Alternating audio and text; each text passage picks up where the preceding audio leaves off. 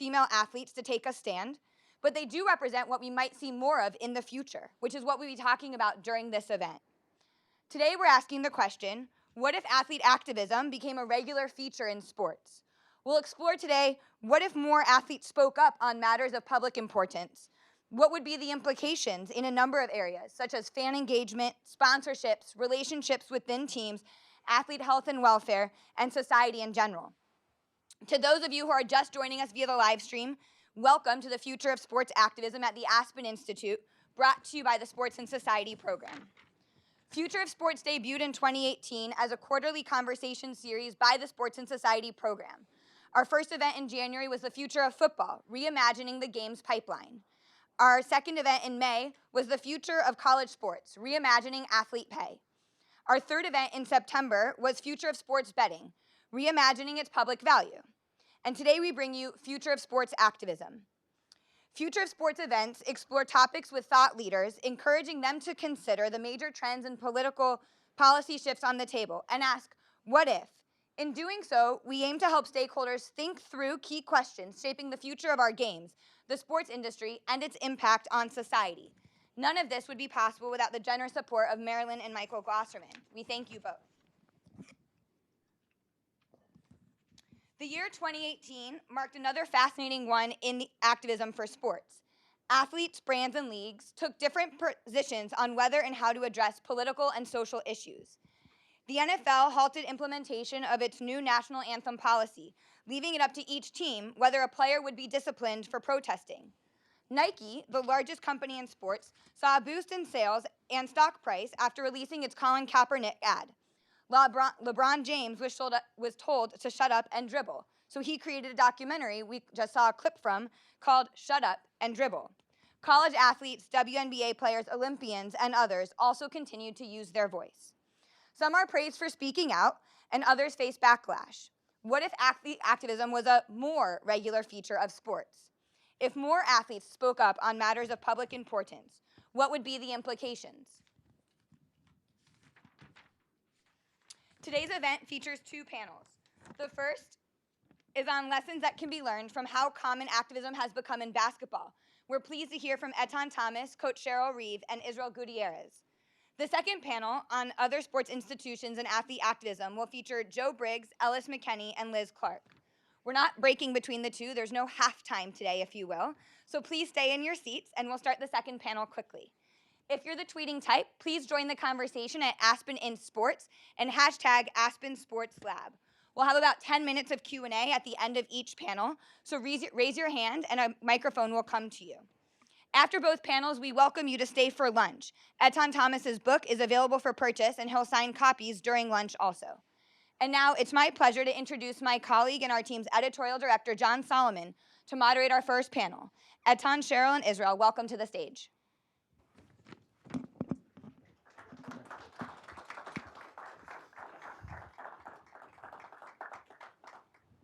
Great, thank you, Risa.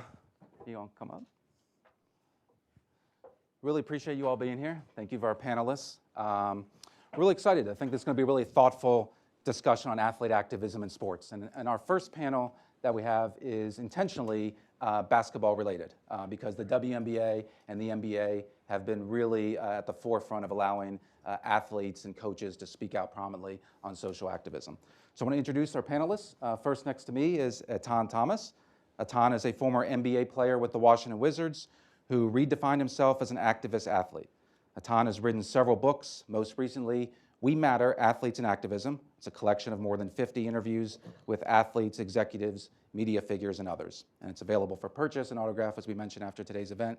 Etan also co-hosts a weekly radio show in Washington, D.C. called The Collision, where sports and politics collide. Next to Etan, we have Cheryl Reeve.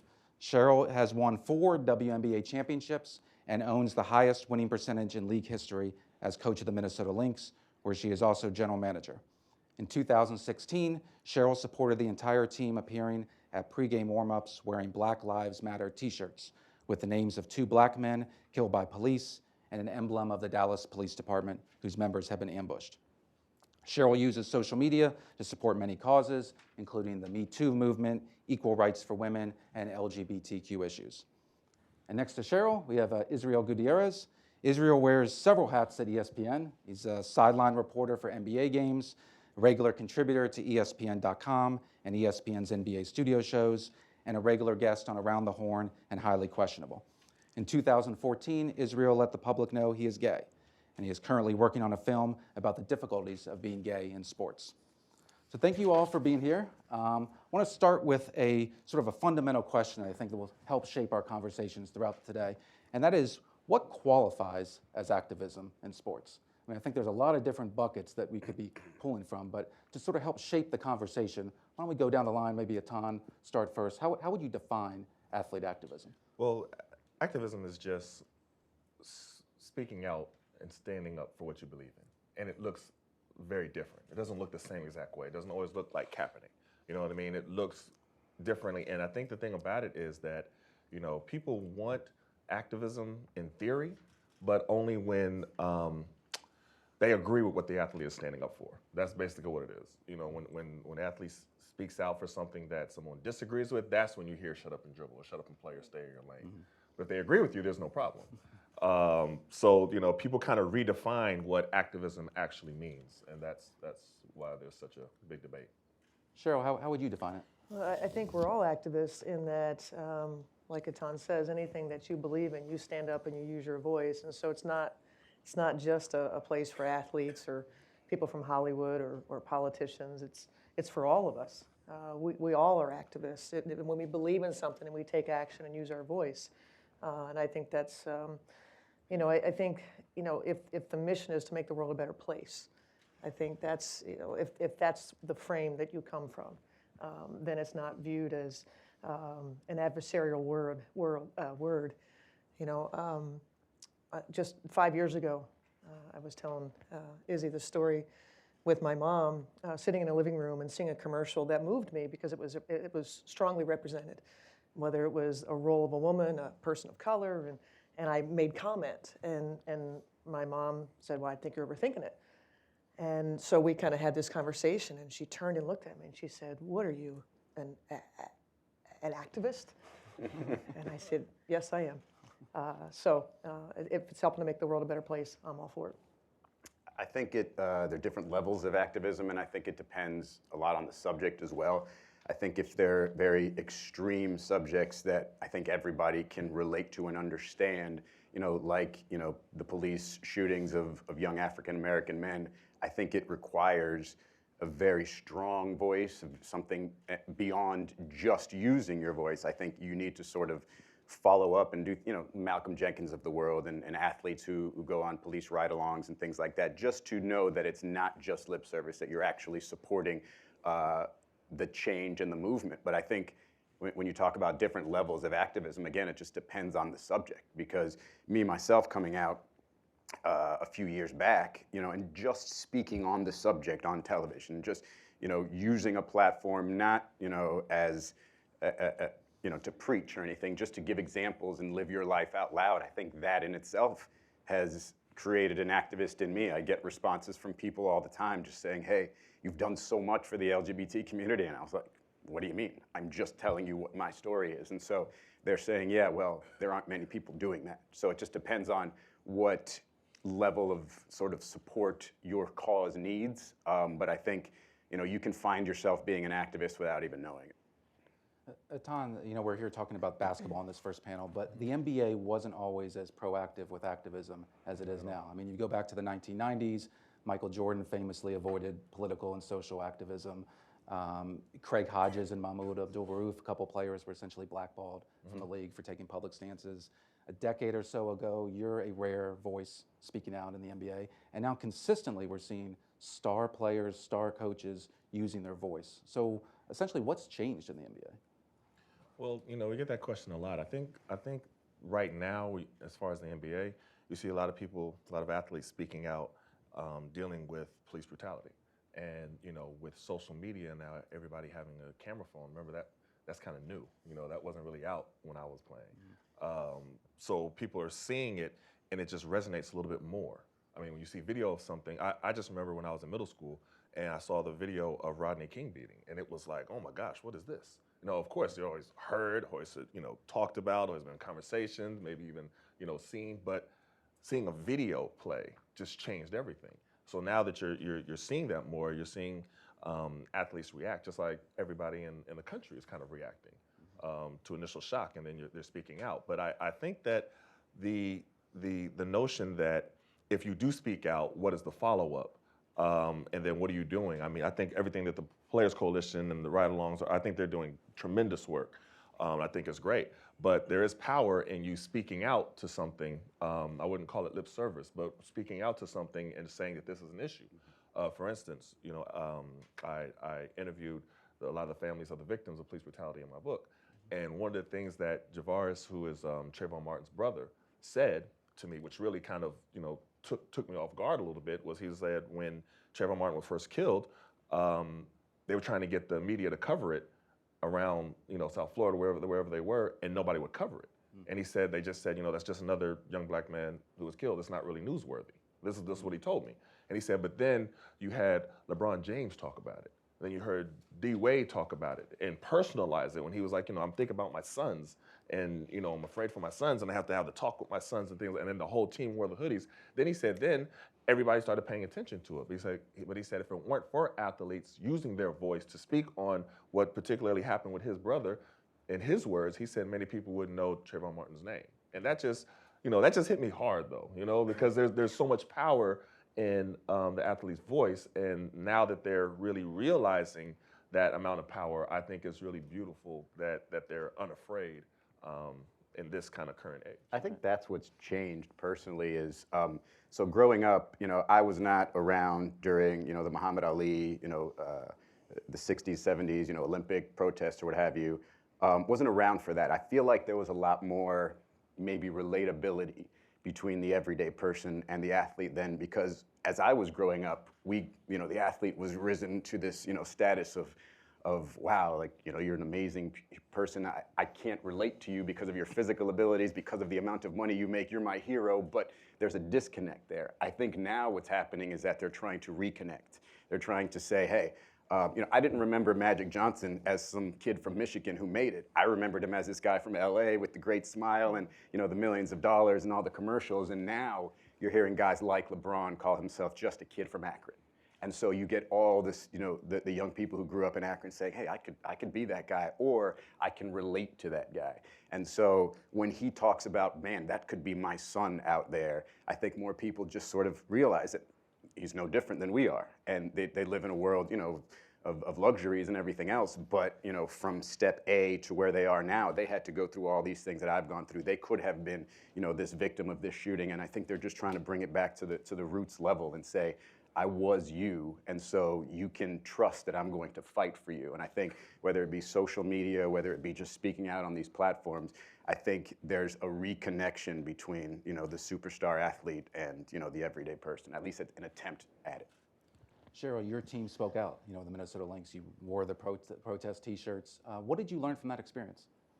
I don't know that we necessarily uncovered anything that we didn't know was going to happen. And I think, when we sat our players down, we were in Connecticut. It was the morning we woke up and there was an additional police officer involved shooting. One had just happened in Baton Rouge, the home of Simone Augustus, and then close to us, just outside of St. Paul. And I remember waking up to that news and just feeling terrible. And I remember gathering them and saying, we have to do something. We can't just stand idly by. We have to do something in our communities. And I want to be thoughtful about what we do. I want to create conversation. And without that, there's not going to be change. We're not going to just let this go. We're going to shine the light.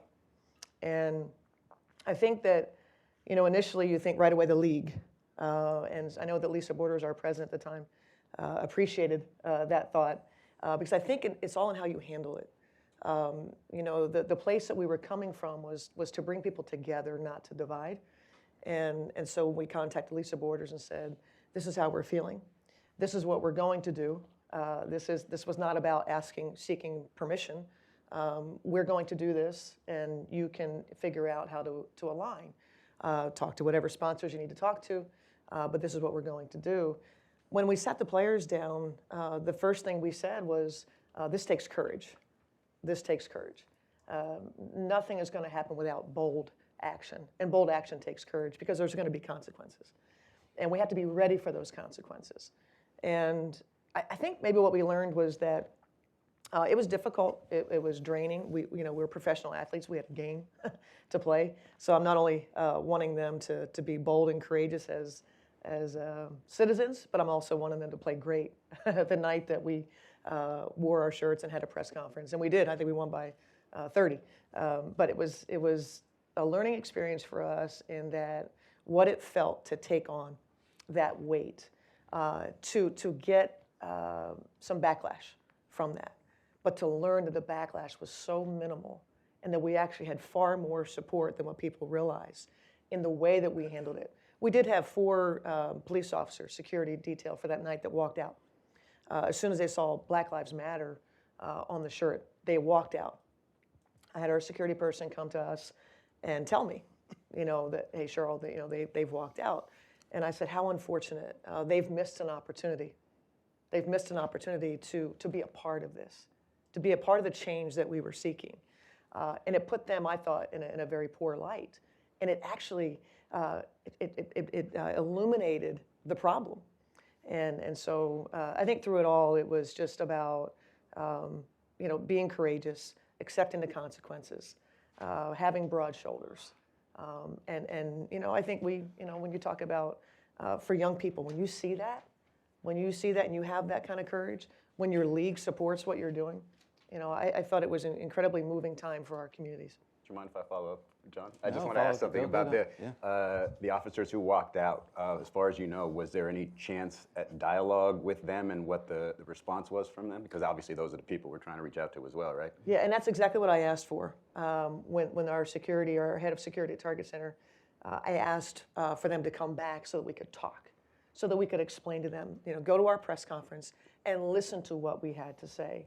And don't just be, see something, that Black Lives Matter and have an immediate reaction, because Black Lives Matter means different things to different people. And we wanted to share with them, the place that we were coming from. And we included the Dallas Police Department SHIELD, because they just were ambushed a couple days later. So it was a lot. Matter of fact, we had to add that piece to the shirt because it happened within 24 hours. So everything we were doing was from a very thoughtful place, and we wanted dialogue. I am happy to say that we had, I think they were largely white male officers. We had a number of people step up when those it was a choice to cover our games.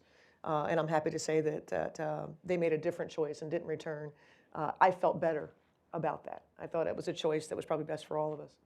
How did your sponsors react? Because this could be a gamble, right? The WNBA doesn't have as many sponsors as the NBA, and if you lose one major sponsor, that could be a pretty big hit.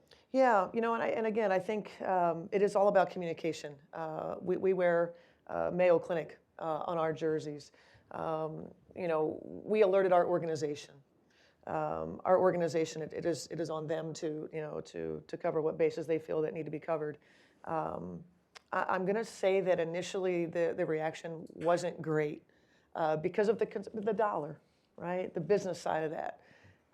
When I say that, frankly, we really didn't care because I don't think that you can't live from that place of fear, because that's the marginalization that occurs. That's how you hold people down, and we weren't going to accept that. And so I think people got on board. Because again, the way we handled ourselves and the place that we came from, the stories we told that day, it was an education process. We had many people say that we didn't realize the effects of these things. And I think it brought people closer to the situation, and it helped shine that light even brighter. And the WNBA initially planned to fine teams, right, that were wearing the protest shirts, because there were more teams that came out after the Lynx. Then they backed off. What changed that? Again, the courage of the players. It put the league in a bad light at that time, which was really at odds, I think, with the bigger picture, because I think the league did support us, Adam Silver and Lisa Borders. So I'm not quite sure. That seemed kind of small. The shooting shirt. We probably should change the name of that. The pregame jerseys, let's call them.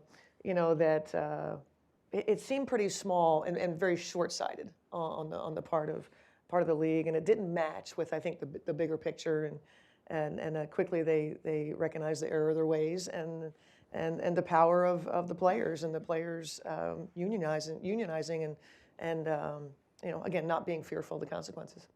Matan, NBA Commissioner Adam Silver, you interviewed for your book, said something that really stood out to me, and that is that the NBA isn't a political party, it's a business. And as a business, with one of the youngest fan bases in all of sports, he believes there's an expectation that the NBA stands for something. And I wonder if, and for all of you as well, but Matan first, if you think that's a part of this rise in athlete activism, that increasingly more people in the public want their players or teams or coaches to stand for certain values, and maybe does that give some more space for athletes to speak out and take principled stands? Well, Adam Silver is very progressive, if I can use that word to describe him. And I think that one of the things, but even in his amount of progressiveness, it's still about the dollar. And so what I saw with the Minnesota Lynx, and the reason why they had their initial reaction and why it shifted is because the entire league banded together. And I mean, they're not going to fine everybody. You know what I mean? They're not going to suspend the entire league. And that's what I took from it. I interviewed Swin Cash and interviewed Tamika Catchings, and I was like, how did y'all do that? Because I want to know. Because you didn't see that in the NFL. You didn't see that in the NBA where everybody, it was like when they told them that they were fined, and it just kind of empowered them all. And then it's like they had a conference call. This is what Swin Cash was telling me, and then they was all on board. And I was like, well, how did y'all do that? Y'all have players that aren't even from here. Y'all have a lot of foreign players, and y'all have white players. Like, in the NFL, white players didn't really support Kaepernick, and y'all didn't have, it's just a difference. So how did y'all do that? And Swin's response to me, she said, well, first of all, women do it differently, and then I was like, well, expound on that a little bit. She's like, well, we saw like each other, and we saw our sister was hurt, and they saw their sister was hurt, and then they immediately supported. And when everybody did it together, that kind of forced the league's hand a little bit.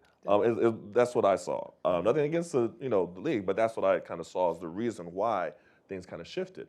And my takeaway from that is I've been speaking to different universities and things of that nature, especially with colleges. In college university, they kind of feel that if they do step out, there is a big chance that they can kind of easily get their scholarship taken away, or easily they're kind of taking a bigger risk.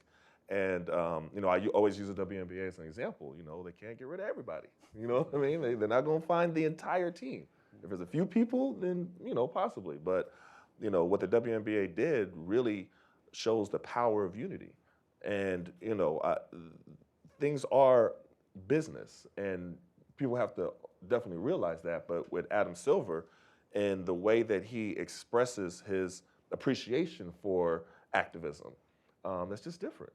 I wanted to try to get Roger Goodell to see if I could get him to express some appreciation, but I didn't quite get that interview. But tried Goodell. You tried a couple NFL owners. I did. Right? I tried Goodell. I tried Jerry Jones.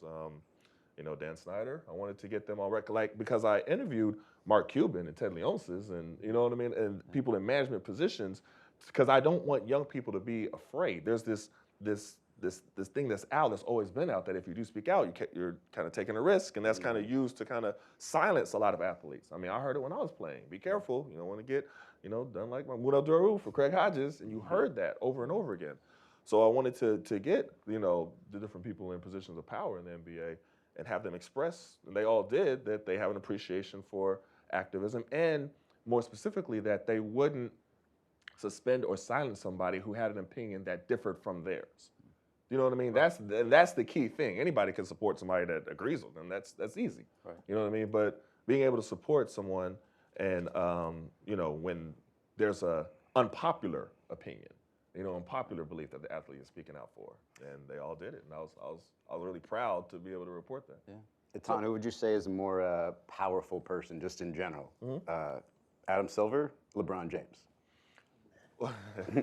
Well, first of all, for LeBron to be able to take the stance that he takes kind of goes against everything that is the prevailing notion of the stance that Michael Jordan took, of being the top player and staying out of everything that was political, anything that could be termed as divisive or anything. So what LeBron is doing is changing everything for athletes. He's giving athletes the the courage and the ability. And I mean, I interviewed John Wall, and he said he was watching the clip that you just played with him at the ESPYs, and he was inspired. You know, so that's athlete to athlete. Yeah. You And know, that's where I think the biggest change has been is Adam Silver can be progressive, and he is, but the people listen to the athletes that are on, on the field, on the court, or what have you.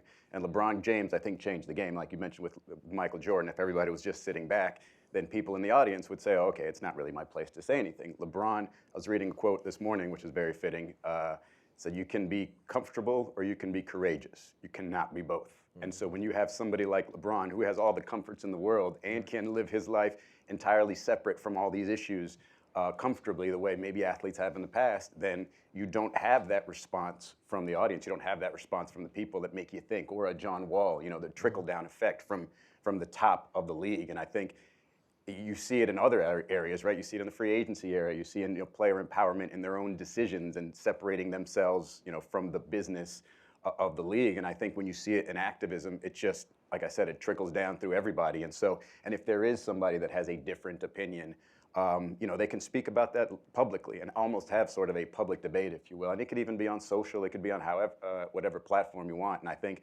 so to me, not to take away anything from the NBA, the people up top, but I think the players themselves, especially the elite players that people look up to, I think are the most impacting when it comes to having others follow. I definitely agree, and I really liked what I saw a few years ago with Richard Sherman and Michael Bennett when they had different opinions, and it was a debate, and they were brothers, they were teammates, and they debated the way that we're supposed to debate. Yeah. You know what I mean? One presented one side, one presented the other side. They saw where they had some commonalities, and then that's where they went. It didn't get into the line in the sand. You're on this side, and I'm on this side. You're the enemy, and and that's kind of where it's kind of gotten in society right now. So when an athlete speaks out, it's like the line is kind of drawn in the sand with the people who agree or people disagree, and then he's either anti-something, not pro-something, but anti-something. So even when you're speaking out against police brutality, then the term that comes is you're anti-police. And then, the athlete has to keep, reiterating, no, I'm not anti-police. I'm just speaking out against these cases of police brutality where lethal force was used and the person was unarmed. And they have to actually articulate all of that, or they're going to get thrown into the bucket over and over again of anti-police. And that's the tough part, because it's a misrepresentation of what the athlete is speaking out on. And that kind of deters a lot of athletes currently from speaking out, because then they have to get into this debate mode almost. And sometimes athletes don't want to really do all that. The NBA NFL difference really fascinates me, because I think it's worth noting the NBA does have a national anthem policy. The coaches and players are required to stand during the national anthem. And in 2017, when the Colin Kaepernick national anthem controversy erupted again, the NBA sent out a memo to its teams reminding them again of this policy. So how come there hasn't been a backlash by players against the NBA, unlike in the NFL? Well, the common feeling or thought in the NBA is that you're not muzzled the same way that you are in the NFL. That they have the freedom. Okay, they don't have. This doesn't have to be the only way that we can use our platform and use our voice. When Kaepernick took a knee, and he used his voice and used that platform, and he made his statements of everything, immediately it was twisted. You know what I mean? And immediately you saw different teams specifically twist his voice. He said specifically, this is not anything against the military. I have family that are military. This not, he said what it is and what it wasn't. And then you immediately saw, you don't really see that as much in the NBA now. Now, before you did, talking about Mahmoud Abdul-Rauf and Craig Hodges, come first to mind. Because Mahmoud was kind of the Kaepernick before Kaepernick. He cited religious purposes, and he talked about being Muslim, and it was immediate, like, you need to leave the country. You're anti-American. You don't like all those things. And then he all of a sudden was just out of the league. And that was a different time. So Adam Silver, even though, it's definitely not, all credited to him, but the fact that he is so progressive kind of trickles down and has a different sense of comfortability with NBA athletes speaking out.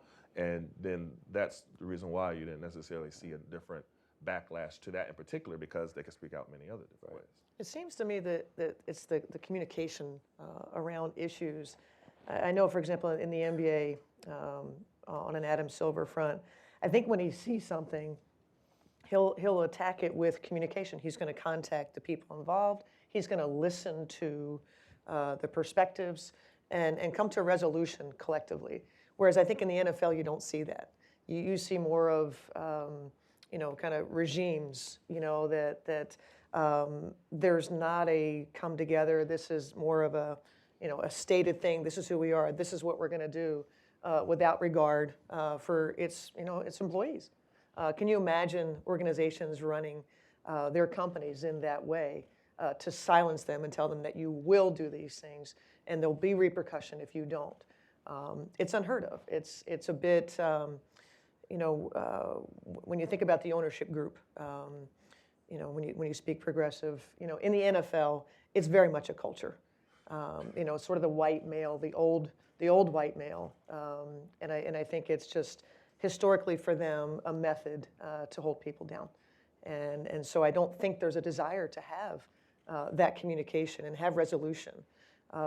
It's actually, I think, Donald Trump, it apparently helps him and his base to continue to stoke that fire and continue to hurl insults at the athletes that are choosing to take a position.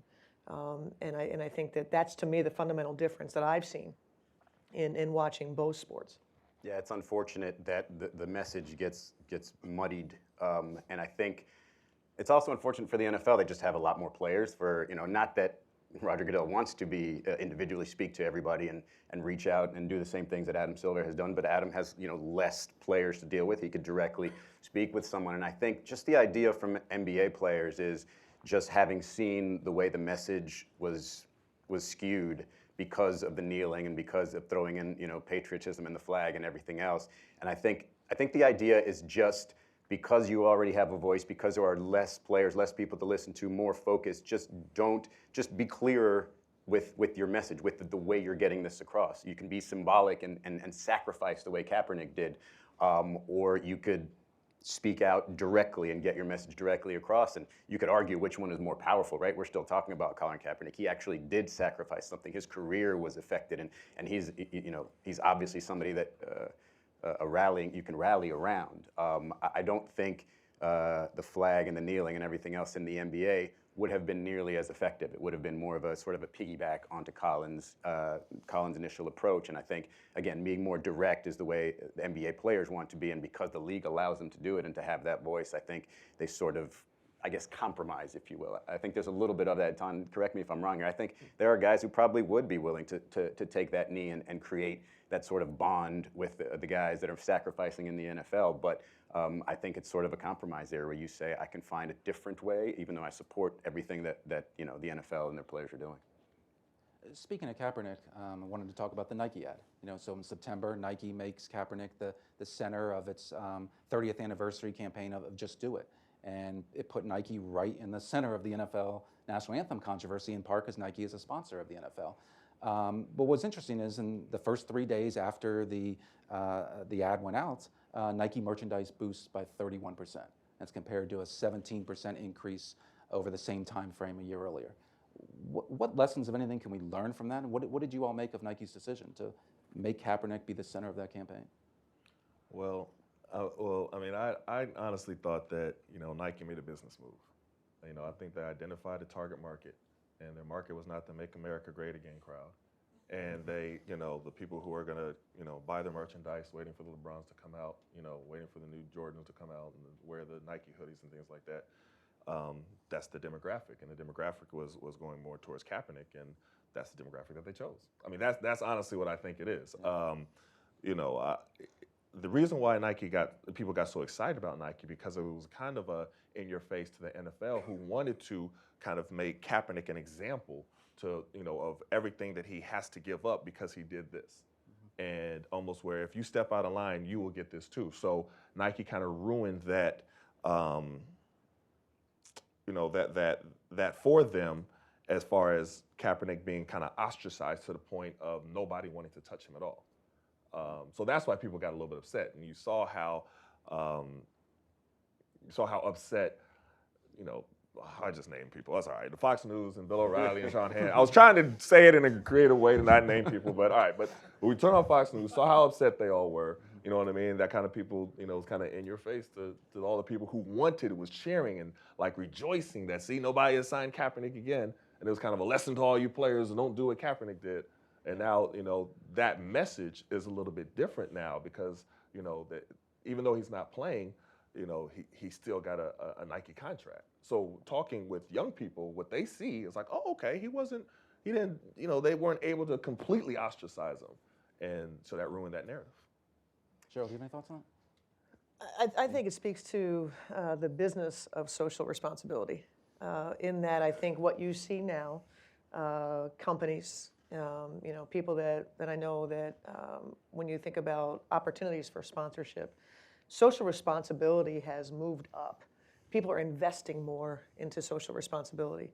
And I think that's what, I'm hopeful that when Nike embarked on this, it's probably a bit naive on my part, I was hopeful that it was truly about, you know, the social movement and not the business side of things. And what I'm hopeful of is that they made the choice, and it happened to benefit Nike through sales. But I suspect Etan was probably right. Yeah. Nike doesn't do anything without business in mind, right? But I do think it speaks to the power from a business standpoint the social responsibility has, and it's sort of kind of tipping it, you know, the sports leagues on their head a little bit in terms of a bit of a power shift. I thought it was an interesting study here. If you consider, like, with activism, if it's profitable, can the message still be pure? And I think people were wondering that with this particular scenario and this particular ad, because leading up to it, you heard about, you know, hey, there's this Nike ad and it involves Colin Kaepernick, and you were just kind of, you know, there were people just ready to fight. They were just kind of digging their heels, and it's like, what's this going to be? And then you actually look, and you're just like, oh, okay, it wasn't very specific. It's more of an inspirational message. It sort of reminds you the whole reason why we're fighting, period, is so that everybody has these opportunities, and look what I can do and everything else. And it's just sort of supposed to be uplifting rather than divisive. And I think, you know, with Colin being in it, it sort of sets that tone. But if you actually read or listen to the ad, you realize that it's, you know, it's not some sort of political stance necessarily. And I think that when you talk about mixing business with these type of acts, you almost have to create that balance. You have to not create a divisiveness, which is just in general, I think, a good way to go about these things, because everybody is digging their heels in and just wants to argue all the time. So if you create, like they did, an ad that isn't divisive but still sends a message, you get the side that says, well, it was a little bit weak, it didn't really do much, it didn't really stand up, but what were you expecting from a business like Nike? So I think to find, I'm not saying it's the ideal way to go, but you're always going to find that middle ground usually when you're talking about business trying to profit from things like this. So you kind of just have to filter it yourself. But it is a step forward to even be addressing these situations and not just shying away. So there were some interesting marketing numbers that came out from that ad. ABX, this is a company that tracks the effectiveness of marketing, found that a 60-second version of the Kaepernick ad scored only an 88 with a general audience. That's well below the industry average score of 100. But most of that, the bulk of that drop came from older consumers. And then, meanwhile, the Hispanic and black men and millennials scored much higher than the industry average. So I think that sort of raises the question, why is it only Nike right now who's doing this? Or do you think other sports brands will and should pick up on this? I think they will if they think that it's profitable. That's honestly, I think that they will. I mean, if you saw a little while ago, Under Armour, something happened with Steph Curry, and there was somebody who I can't remember the exact story, but it was somebody that he disagreed with. They came out and they said a lot of different things, and Steph was the top person at Under Armour. So there's two other people. It'll help me out. Do you remember? It was like The Rock maybe and somebody else. But anyway, so all of them came out and they said, okay, we don't want to stand for this and we don't want to support this, and they forced Under Armour to kind of stop supporting whatever this was that they were supporting. It was Kevin Plank was working There with we Donald go. Trump. There we go. On That's the what it committee, was. I believe. Yep. Thanks for filling in the blanks. But so I foresee that, you know, what's going to cause the push for other companies to be able to do this is the main people who are in the companies, and then if they find that it's profitable. But going back to what you were saying about the Nike ad, you know, and the people who said, because Kaepernick is benefiting from this, does that change the entire movement? And this has been a discussion a lot. And my stance is, well, why would it if the message doesn't change? Now, if the message changes, then that's different. You know what I mean? If he comes out and everything that he says the opposite, and you're like, oh, he's just doing what Nike tells him to do to appease to a certain crowd. But if his message is the same, then I don't see any problem with it. I mean, the activist doesn't have to be, you know, completely broke and ostracized to be an activist. I just that whole notion I just totally disagree with. But you can't be co-opted as far as because this company or because somebody is paying you, then your message changes. Then that's what happens, and that happens. Then you become a politician. Israel, I want to talk to you about the role of the media in covering these issues. You're at ESPN. What do you think the role of the media should be in covering athlete activism when players speak out, and covering social issues in sports, digging into it yourself? Man, that is a loaded question. And a lot of these things, again, depend on the subject, right? But when it comes to, let's just say, current day activism and, you know, some of the things that we saw the NBA players fighting for, I think the role of the media is to not necessarily get involved in the debate, but to essentially just lay it out there for you. This is what this person is saying. And so, for example, if it's a LeBron James and he, you know, is asked something in a post game and just responds on a very serious subject, I think, you know, the role of the media is to fill in those blanks and just to give the information and then say this is what he's responding to, rather than sort of just create a headline or create, again, any sort of unhealthy dialogue, right? And I think there's also ways to just get involved yourself and just move along the discussion objectively. And I think there's been a lot of people who've taken that role. You know, Jamel Hill has famously been a very active and vocal person on social media. And I think there's just different ways to do that. I think if you want to sort of get yourself involved, I think there's honestly space there as well, to be honest, without interfering with your job and your objectivity.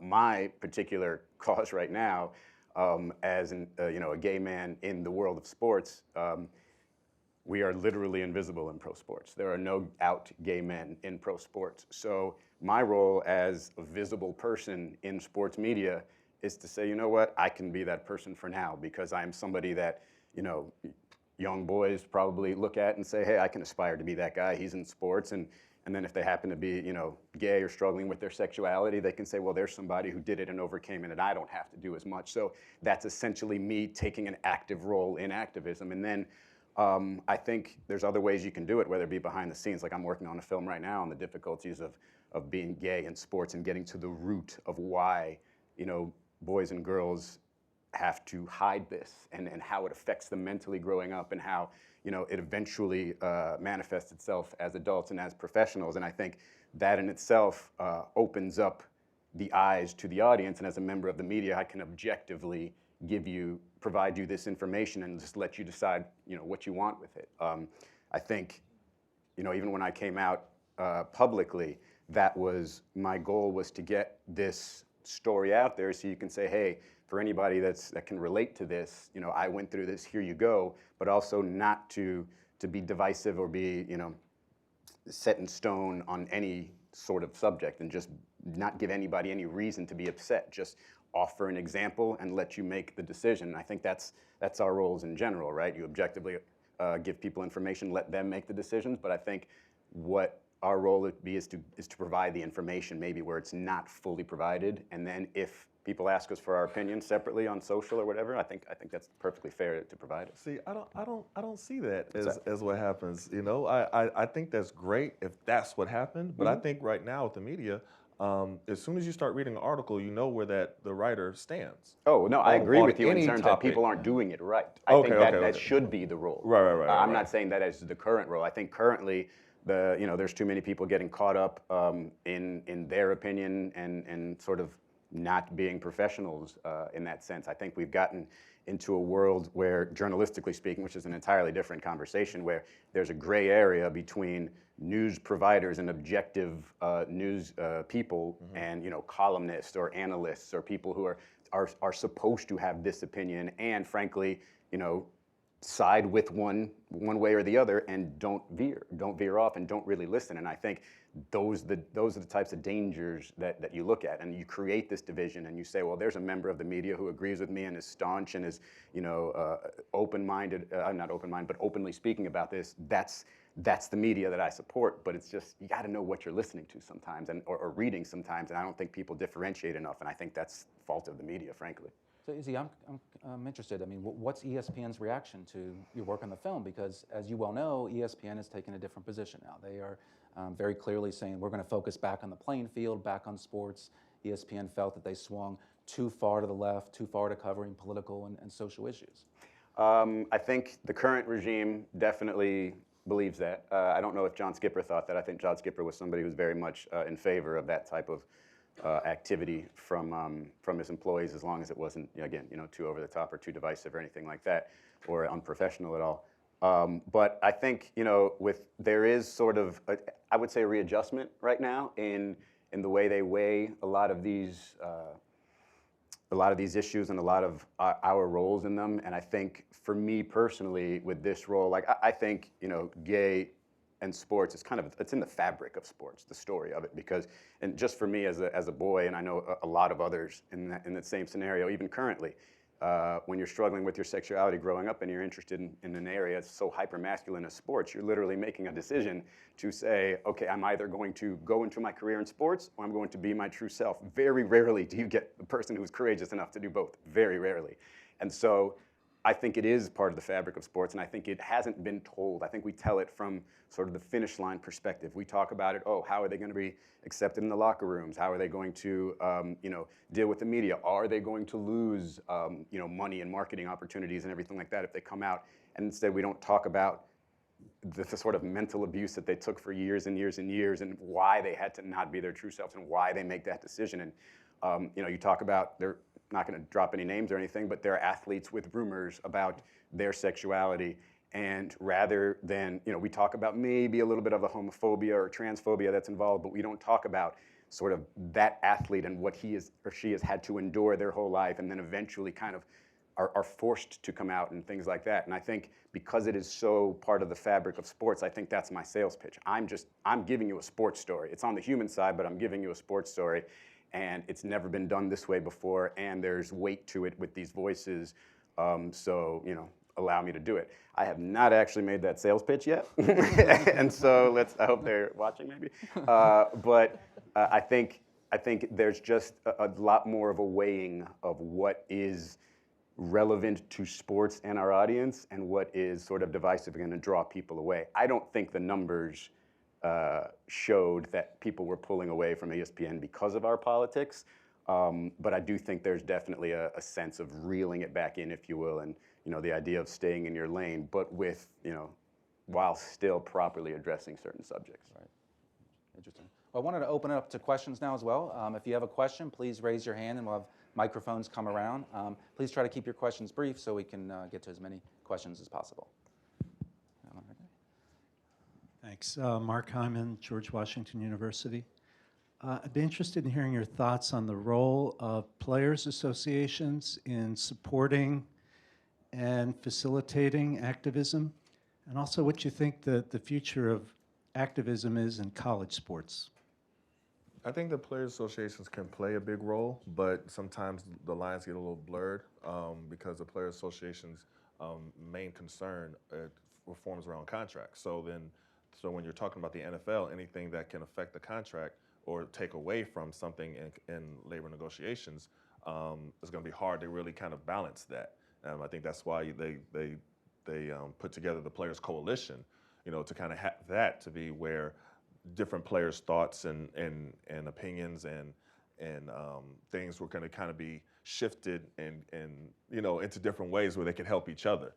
And as far as college sports, I see, speaking of different universities, college, there's like a different level of conversation as what can we do to change this? Not is this wrong, or should athletes be paid, or are they exploiting us? It's now we have this idea and this idea to change this. Do you think this would work? And the level of conversation that's different now, is the conversation to action now, and they're ready for action. So I think you're going to see something, big change in NCAA happen within the next decade. Sure, I'm curious. Do you have any thoughts on college athletes? And I mean, you recruit them to the WNBA. Are they changing? Do you see differences as they come to you? I think in the women's world, it's not as much, in terms of the business side of it that I think that exists on the men's side with football and men's basketball. But, I think I think in general, the courage of younger people, I think is also through the work of those before them. I think that it educates in what you're talking about. Social media has been amazing in terms of being able to reach the number of people and to talk about things that maybe people didn't think about, or maybe the depth of thought. And then I like, what Atan said, that it should be solution-based. Identifying problems is one thing, but solution-based. And I think women in particular are good in that area. And I think the level of communication, I think, when I look at the differences between men and women's sports, I think communication might be one of the biggest differences I think men avoid. To the men, but I think overall that's what I've seen. I've seen just elephants in the room all over the place. I thought, well, why don't you go talk about that and address that? I think women are a little better in that regard. That's true. I think the collegiate aspect is sort of underrated, if you will, for a couple of reasons. One is the youth always wins. You want to know what side of history you're going to be on, go ask a bunch of young people and you'll find out which is the more likely side that you're going to end up on down the road. And the other one is there's obviously this sort of rally for paying these student athletes, right? At least the ones for the sports that create income for the universities. And short of that, if they're not going to get paid, they should be heard. And you're talking about these situations where they have this sort of overlord head coach, and he's the voice for everybody. And I think that's kind of going to go away pretty soon too. And I think you're going to see, hey, I'm in an environment, a collegiate environment, where we're supposed to create this thought, right? We're supposed to create free thought and conversation and everything else. And here I am in the middle of it, and I'm educating myself on these subjects. So why wouldn't I share these things? Why wouldn't I share my beliefs? There's nothing restricting me. There's nothing business-wise that's keeping me from doing this, unless you're concerned that somebody's not going to draft you because you speak openly about certain issues. I think the collegiate athletes, you see it in the LGBT movement, if you will, where there's football players, players of all sports coming out these days that weren't doing it 5-10 years ago. So, and I think in other areas of activism, I think that's where you're probably going to see a lot more voices of guys and girls, men and women willing to speak out even at such a young age. We have another question right up here.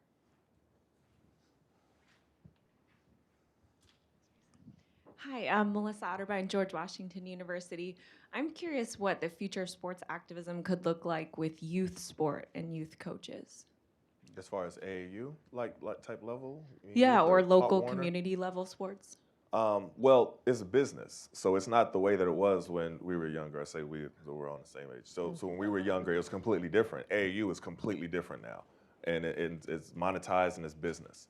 And it's level of exploitation, throw that in there as well. So I think they have a ways to go because it's getting worse, to be honest with you. My son just now is getting into the AAU circuit, and it's a lot. It's a lot, and there's a lot. They have a long way to go. But your question may be, and I don't want to put words in your mouth, but there are some high school football players who have kneeled, at games. So I don't know if that's sort of what you mean along those lines.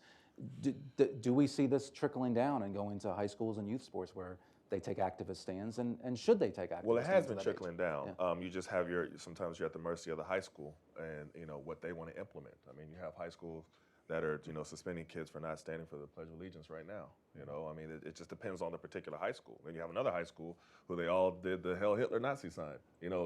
So it all depends on what that particular high school and what that particular coach wants to implement. To me, I think it's on the educators, the coaches, the teachers, to just literally explain what's happening as thoroughly and without taking a side as objectively as possible. I think obviously they're formative years and if you teach them to ignore it and keep quiet and stay in your lane or what have you, then that's not going to be beneficial for that student. I think the more they learn to understand what's going on in the world and create their own thoughts and sort of break stereotypes, if you will, as opposed to enforcing them or reinforcing them, and which can happen all the time in sports. It's very dangerous. I think it's on them. And so the difficult part is it's kind of a business for them too, right? Whether it's AAU coaches or whatever, they're trying to elevate themselves and find themselves in some better paying job or what have you. So it's just what their priorities are. And normally,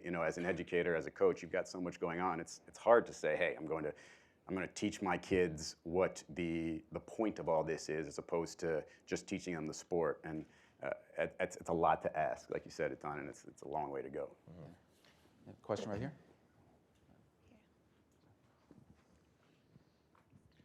I wonder if this is Jeff Purnum from the Interactivity Foundation. I wonder if you can envision anything at the policy level that would take this out of the burden on the individual to be kind of the heroic one who stands for it, but to, we admire past figures who have been activists, but is there anything we could do along the lines of, say, a player's Bill of Rights that would work really from the level of youth sports through professional sports to recognize like the capacity of athletes to be engaged citizens is something we support?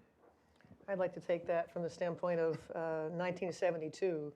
There was legislation for women around participation opportunities in sport, as well as education opportunities.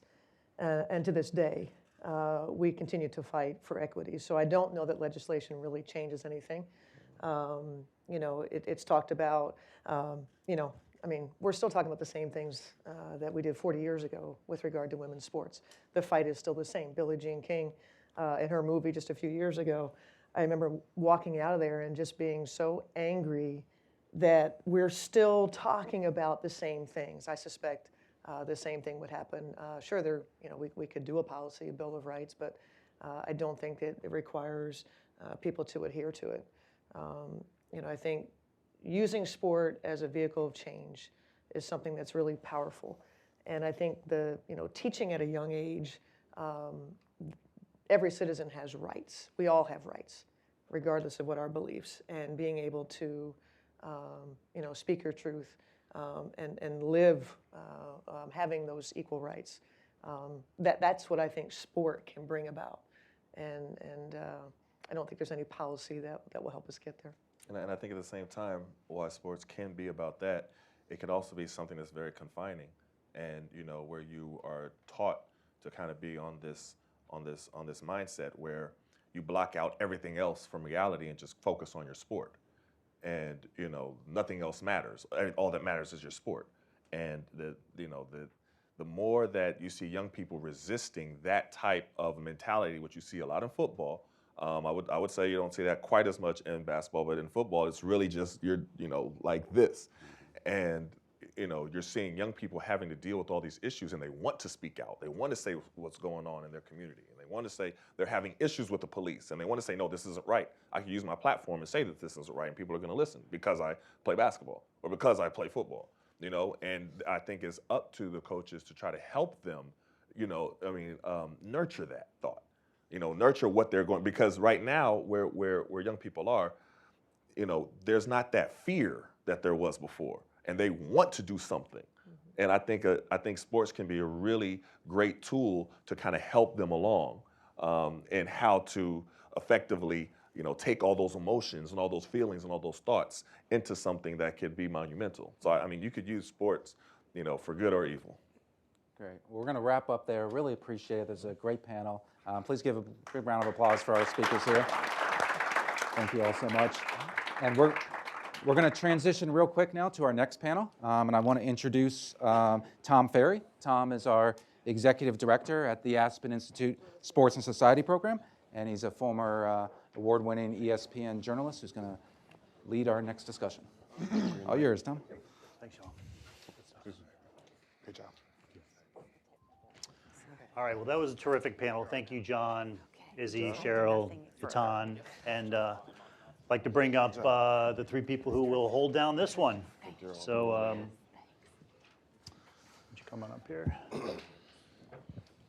Terrific.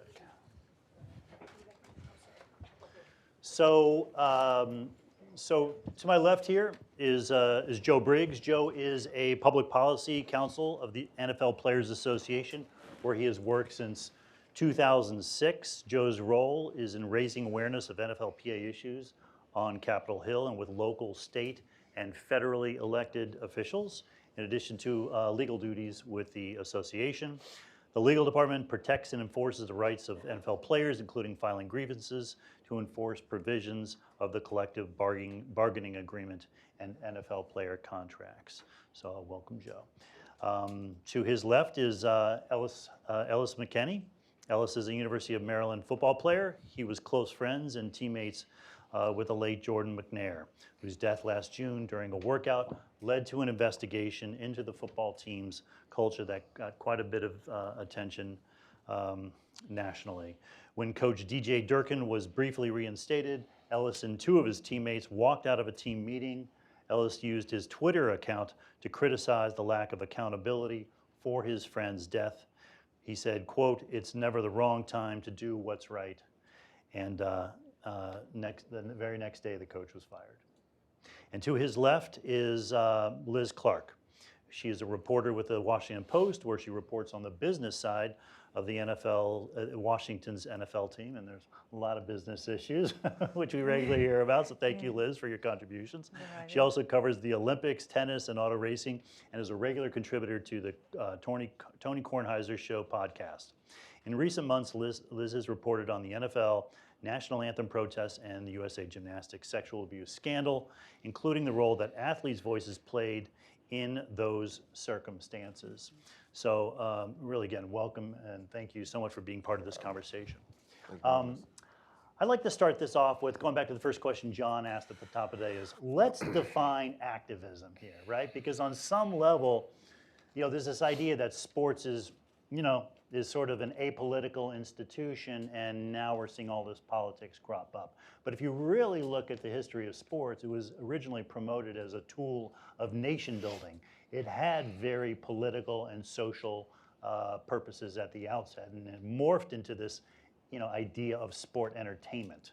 But here we are, and we're talking about this again. So I think it's good to kind of pull it back to this question of how do we define activism today? Right, I was watching this Shut Up and Dribble video, and Dave Zyrwin was making the case that advocacy, that Allen Iverson was an advocate. I never thought about that before. He was just a guy with cornrows and tats and doing his thing, but his point was just being yourself in an environment where you're challenging the status quo is activism.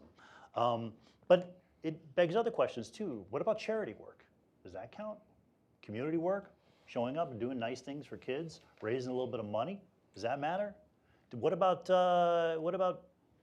away from the field, lobbying on Capitol Hill for something that matters for you, or some local issue that is of import? Where are the lines on this? What exactly is activism? Is kneeling, is just playing the national anthem before games an act of activism?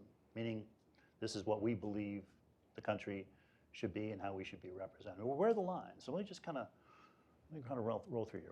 How about you, Joe? Well, first, thank you for having me. But second, I would say that the definition of activism, according to most dictionaries, is vigorous and active involvement in things that could change policy or issues, right? So I think that all of the things that you mentioned could be considered activism. But we have to be careful when we define activism and place those definitions on other people. Most of you know John Carlos and Tommy Smith. Mm-hmm. Most of you don't know Arthur Blake. Arthur Blake was a U.S. Olympian who participated in the Olympics in 1988 and 1992, and he happened to be from my hometown in Haines City, Florida. And he came back home to Haines City, Florida, and he talked to us young kids about how we could all leave Polk County, Florida, and go out into the world and see great and many sundry things that could help us become better people. And to us, Arthur Blake was an activist. Arthur Blake was a hero. Arthur Blake was a number of different things that changed the way that I looked, not only at how sports could help me get out of my small hometown, but how sports could be something that changed my life, changed the life of the people around me. And he continued to come back every year and talk to us about that. So I've heard a lot of folks define activism as the person who stands up, sets himself on fire, and makes everyone take a look at what they're doing, when I think that we have to make sure that we incorporate in our thoughts about activism the person that simply makes a difference in the life of the folks that are watching him, even when those moments aren't as vocal or aren't as out front in your face as some of the other more political things that we've seen in the more recent past. Yeah, I'd have to agree with our previous panel that activism is just standing up for something you believe in and standing up and speaking on a cause that you feel is important to you. And then especially as an athlete, using your platform and your visibility as a way to get topics that you want to talk about that you're interested in out into the public and get causes that you're fighting for, into the public eye. And so just standing up and, as Joe said, just speaking your truth and making sure that giving awareness to what you believe in, what you stand for is definitely form back to me. And what you did at Maryland initially, did you see that as an act of activism? Oh no, I felt like I was standing up for my friend. I felt like that I was, doing what was right for his family, who deserved some type of justice, some type of accountability for the loss of their son. And I thought I was doing something on behalf of my teammates who all believed that we should have a voice in the matter, and we felt like our voice was kind of silent in the process. And so I felt like that was something that I had to say, something that had to be said, and yeah. And once you said it, and as it got into the media and people began talking about it, did your idea evolve as to whether it was an act of activism? Well, yeah, for sure. So when it kind of got the support and it got a lot of likes and stuff like that, it kind of encouraged a lot of my other teammates then to get on Twitter and say how they felt. And it encouraged some of my teammates like, oh, well, maybe we should write a letter now. Maybe we should do different types of things, because you kind of saw that our voice actually did matter. There were people listening. There were good people listening who could help make an impact and make a change for our situation. A lot of terrific things have been said by you two and the previous panel. I think I would roll it back a few centuries and say, to me, activism is being a full, woke, aware, engaged citizen. There is no United States without activism. It's a proud part of, it's an essential part of our country's founding. So it's everyone's right. It's everyone's obligation, I think, because we've seen that democracy is not always going to be here. It can be under attack. So, what are you doing to make your community, your family, a better place and protect the liberties that many people have died for? So to me, that is activism, and it can be voting, never taking your vote for granted, advocating that others vote. It can be raising money for breast cancer awareness, for all forms of cancer. No one's going to be opposed to the fight against cancer.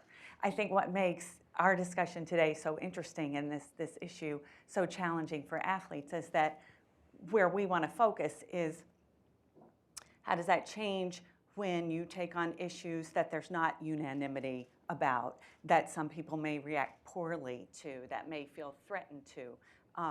And as an athlete, maybe much for actors and entertainers, what's the calculus? There is always a calculus of what am I going to risk here if I step out on this issue, if I get out ahead on this issue, whether it's a Me Too issue, a Black Lives Matter issue,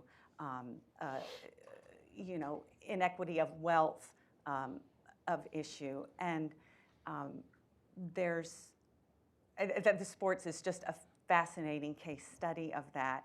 We've had examples of courageous athletes throughout time, some of which paid a very, very dear price. But I think if we understand what we are as a country, we're all obliged to listen, and open our minds and figure out where we fit in. So let's talk about that calculus, because really the whole conceit of this series and the conceit of today's conversation is let's think about the implications of if sports activism were a regular feature of the sports landscape, right? So obviously Adam Silver made his calculus. We just talked about it on the last panel here. How optimistic are you that other leagues and significant sports institutions will inevitably make the same calculus decision that he has? And why don't we start with you, Joe, since the NFL is so central to this conversation? Well, I think you've seen the NFL take a second look at their changes to the anthem policy. And while I don't work for the NFL, I think that that's at least a public signal that they thought perhaps they were moving in a direction that wasn't in step with the public's lexicon and thought process around how they were attempting to handle a certain subject, at least for our sport. I know that you've probably seen a lot of stuff around Colin Kaepernick and Nike, but you've also hopefully seen some of the stuff around the Players Coalition, as was mentioned on the last panel. And you've seen a number of players, not only in the Players Coalition, but outside of the Players Coalition, talk through how they're being more involved in their communities and the policies and the laws that affect the people that come to see them and sit in the stands and the family members that watch them on TV. I think that they'll continue to pull from a population of folks like my good friend Ellis, who's on the panel with me today, college athletes who are starting to understand through social media they have a bigger and better voice and more volume can be placed towards and pushed against the issues that they care about. So as the NFL continues to recruit those players who already feel that way coming into the National Football League, you will see a shift because more people will bring into the National Football League an audience that they built separate and apart from their association with those teams or with the Shield. You can't tell me that a high school kid that has 100,000 followers now is going to come into the NFL thinking that he has to now be restricted to whatever his coach wants him to say on a social media platform that he's been using for the better part of 20, maybe 15 years at that point. I think that you have to have a difference in the way that that plays out. And I think for the most part, we've seen that shift in how it happens, how the voice is used from generation to generation.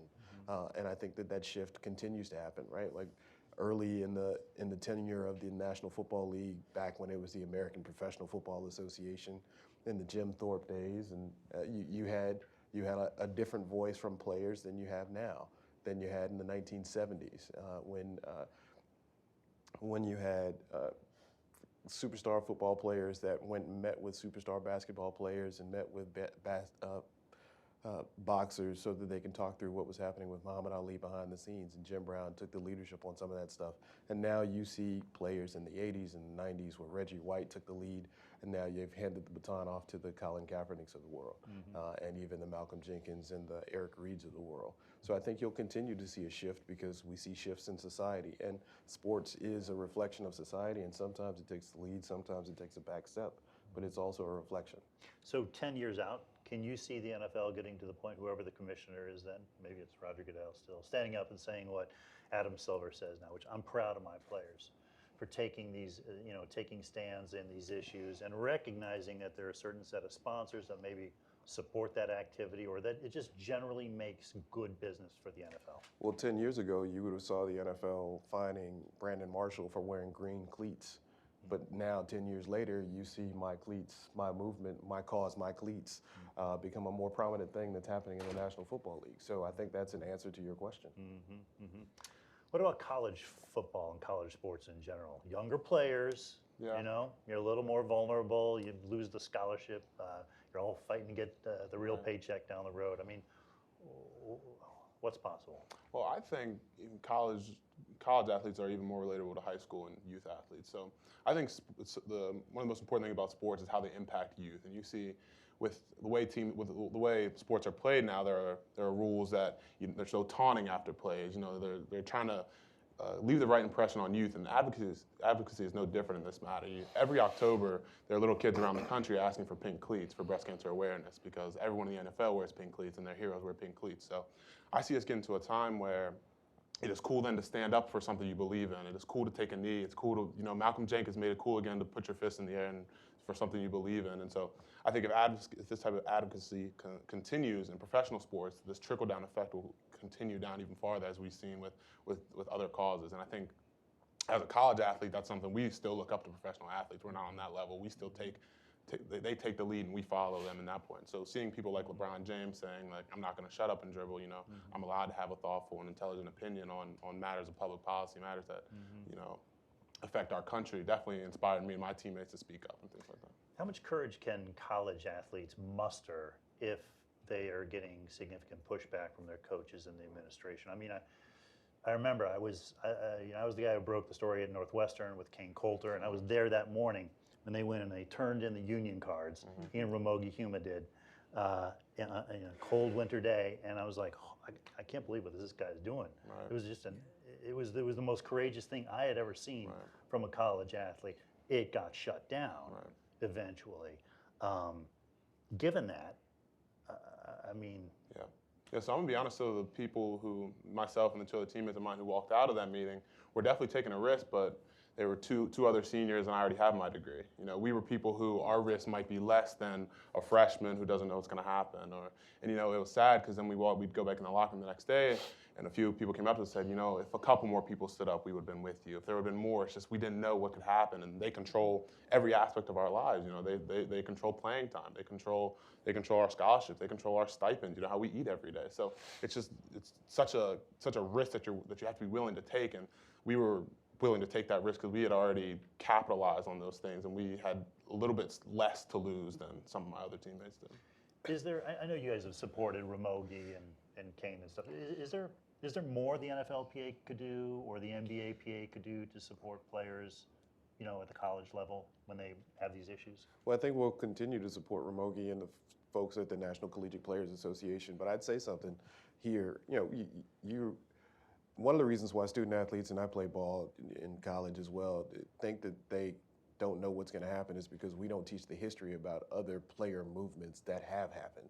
So we can't understand what could happen because we don't know what did happen. And as a result of that, we can't see what the possibilities are a lot of times. Like, we don't know about the 1969 Wyoming 14, right? Like, most people in this room probably have never heard of these guys before, some of which were former military folks who had gone on to play college football, but decided to stand up to their coach when they were at the University of Wyoming and were getting ready to play against BYU. And they knew that BYU had a policy, or the Latter-day Saints at the time had a policy that said black folks couldn't be preachers in the movement of Latter-day Saints. And as a result of which, these 14 players went into their coach's office and said, hey, we're not going to play in this game, or we're going to wear these black armbands to show that we disagree with this policy and we think that that's a thing. They weren't even the first group of players to do that, but they were a vocal group of players. Now, they all got dismissed from their team, but they got dismissed from their team because they thought that they were the only ones doing it, and the coach could do that to them at the time. The same thing happens at the University of Maryland in 2018, and folks think that this is the first time that this has happened. The reason the players don't feel supported is because the people aren't telling their story. If we keep thinking that these are one-offs instead of seeing the collective that's happening across time, then players will continue to think that they're individual fingers instead of a balled-up fist that can push back against the system. So I think that the Players Association can continue to help these players find their voice and their footing and help them get their stories out. But I think it's even more important for the folks in the media and the people in this room that call themselves fans of these people to help them share their stories as well and help tell the history of these stories so that we can understand that this isn't some one-off, that these are collective actions that continue to happen to a marginalized people that think that they're less important and less powerful than they actually are. Yeah, I'm sorry. Go ahead, Liz. I'm not as optimistic.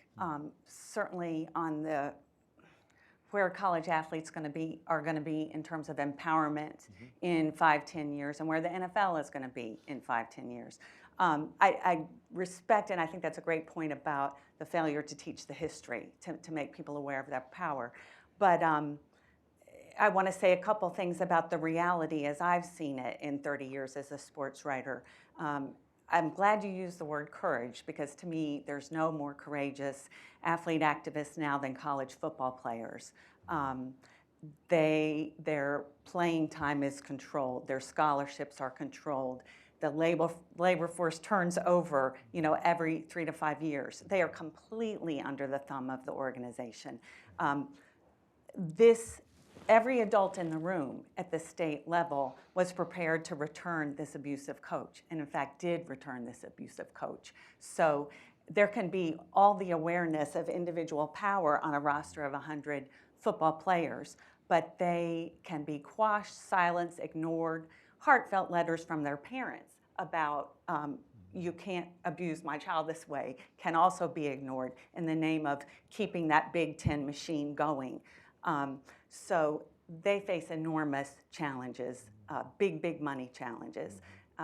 In covering a range of sports from figure skating to gymnastics to the Washington NFL team for 8 years, I think the difference between the latitude, the culture, the climate for speaking out among NBA players and NFL players is profound. To state the obvious, NFL players' contracts are not guaranteed. The average lifespan of an NFL player, a career span, is about 3-4 years. It's not long. If you think about what's kind of obvious about the difference in the games and the language of the games, football it does not celebrate individuality, to put it simply. All the wisdom is in the scheme. All the wisdom in football is in the head coach, ostensibly, in the offensive, defensive coordinator. These are historically white men. This is where power resides. You know, if you're a great NFL player, you execute. You execute the plan. You don't, you know, freelance. You don't get out of your gap. You don't not run the pattern. You know, the NBA, soccer, you talk about individual genius of creating shots, creating offensive opportunities. Just the culture of football is, I stay in my lane, I stay in my gap, I do this, and the coach has all the power, and I succeeded because I followed the script. You know what I mean? And I hope this doesn't sound too loopy, but I think these are very real things that make it tougher for NFL players, in addition to the numbers. And then in addition to the fact that the fan base is older in the NFL than the NBA. NFL owners know this. Their fan base, the average age is 50. In the NBA, the average age of TV viewers is 44.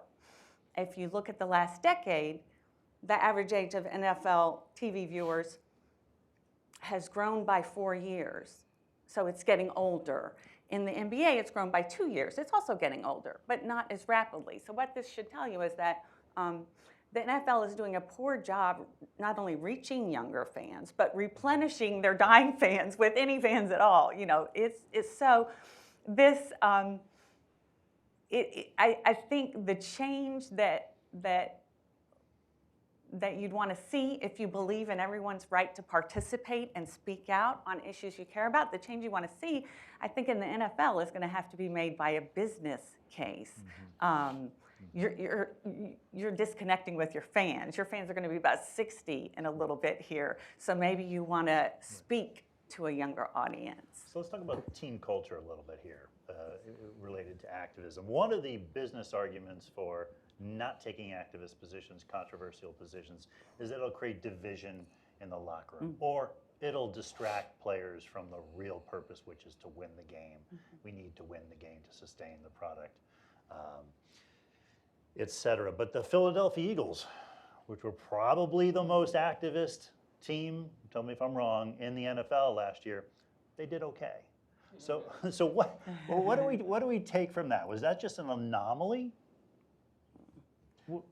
I think that you heard not only on this panel but on the previous panel as well, folks talk about communication and how communication is important. And I think that what you saw with the Philadelphia Eagles were players in their locker room communicating well, not only about the issues that they care about on the field, but also off the field. So you had Malcolm and Chris and a bunch of other guys in that locker room pulling for each other and trying to make sure that their issues were heard, talked about, and understood.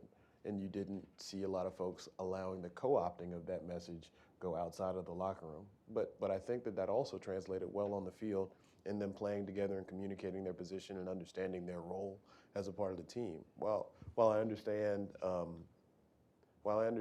it could be perceived that the scheme is the most important thing to the athletes themselves, I think the individualism of the athletes come through in their ability to be spectacular and superhuman in some of the things they're able to get their bodies to do, right? And I want to make sure that I say that because it's important for us to realize that these guys follow what their coaches say, they do what their coaches say, but most of the time it's some spectacular thing that they're able to get their bodies to do that make these plays happen. And that means not only within the scheme itself, but also outside of the field when they step up and do the things that they need to make life happen in the way that it does. Can I just say, I totally respect that, and I'm really glad you said that. Absolutely. Yeah, I think the question about the locker room is interesting because whether or not the locker room takes public stances against issues does not mean that these issues aren't discussed in the locker room anyway. Yep. I can tell you about my locker room, like we like we talk about stuff. We're not just football player jocks just talking about football all day. Like we talk about other stuff in there. And so Don't tell your coaches. No, right, exactly. So we talk about these political issues and these public issues, but whether or not we then make our opinions public is something different. So I feel like a division won't be made because of advocacy, because these, like I said, these opinions are known in the locker room anyway. And so it could be, I could see where it could be a distraction perhaps, but it's definitely not. And not just in the locker room, in the meeting rooms, right? Like in the individual position group rooms, right? Like there are a bunch of different conversations that are happening all the time. And that communication amongst these guys is something that's not made for public consumption. But I'm spending most of my day, especially when I'm an offensive lineman, in the weight room with the offensive lineman, in the position meetings with the offensive lineman, on the field, at practice. We eat together.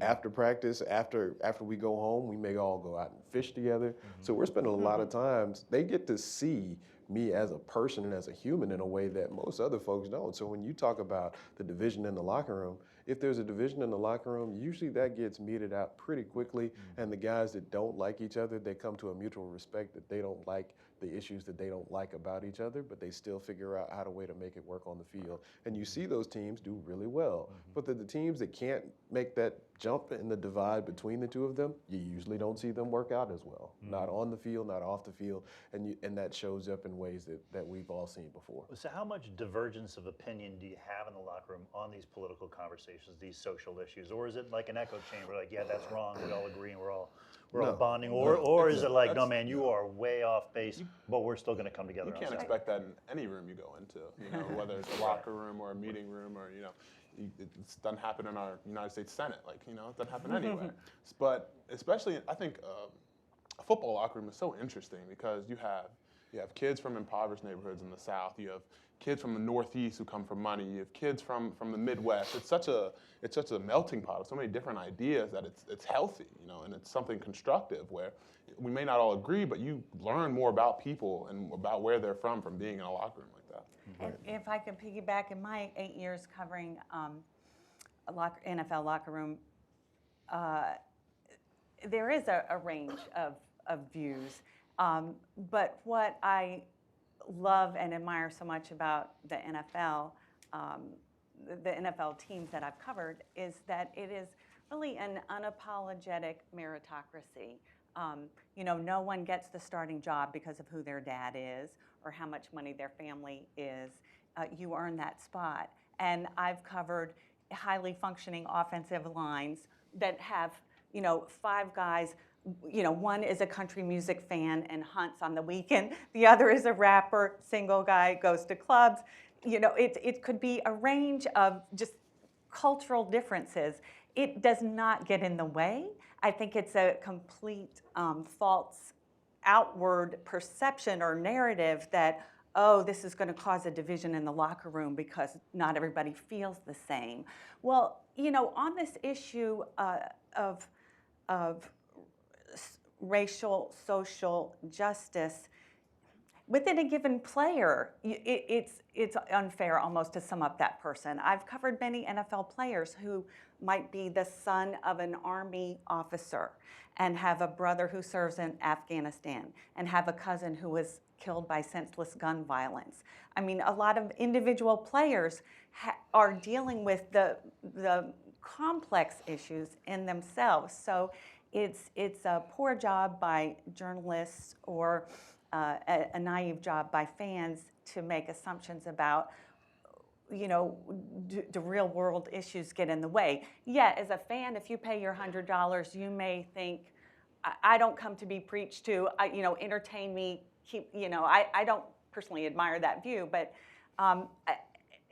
that stuff, I've never seen that get in the way of a locker room, to have differences in cultural enjoyments, taste, politics. And it's because sports is that meritocracy. It's not a country club, it's not a clique in junior high school. You get the job done, I want to play beside you, Do, you covered the U.S. Olympic Committee and the USA women's gymnastics team, the incredible amount of, go back to that word, courage to step forward and do it, ultimately with an enormous number of people who came forward with Larry Nassar and otherwise. What is your sense, Liz, as to what Olympic athletes and the gymnasts learned about their voice and how it can be used to produce change? I mean, I've seen the interviews with Allie Raceman, and Right. she seems to have gone through a whole, it's a journey, and it's a journey she's proud of, and she should be very, very proud of. But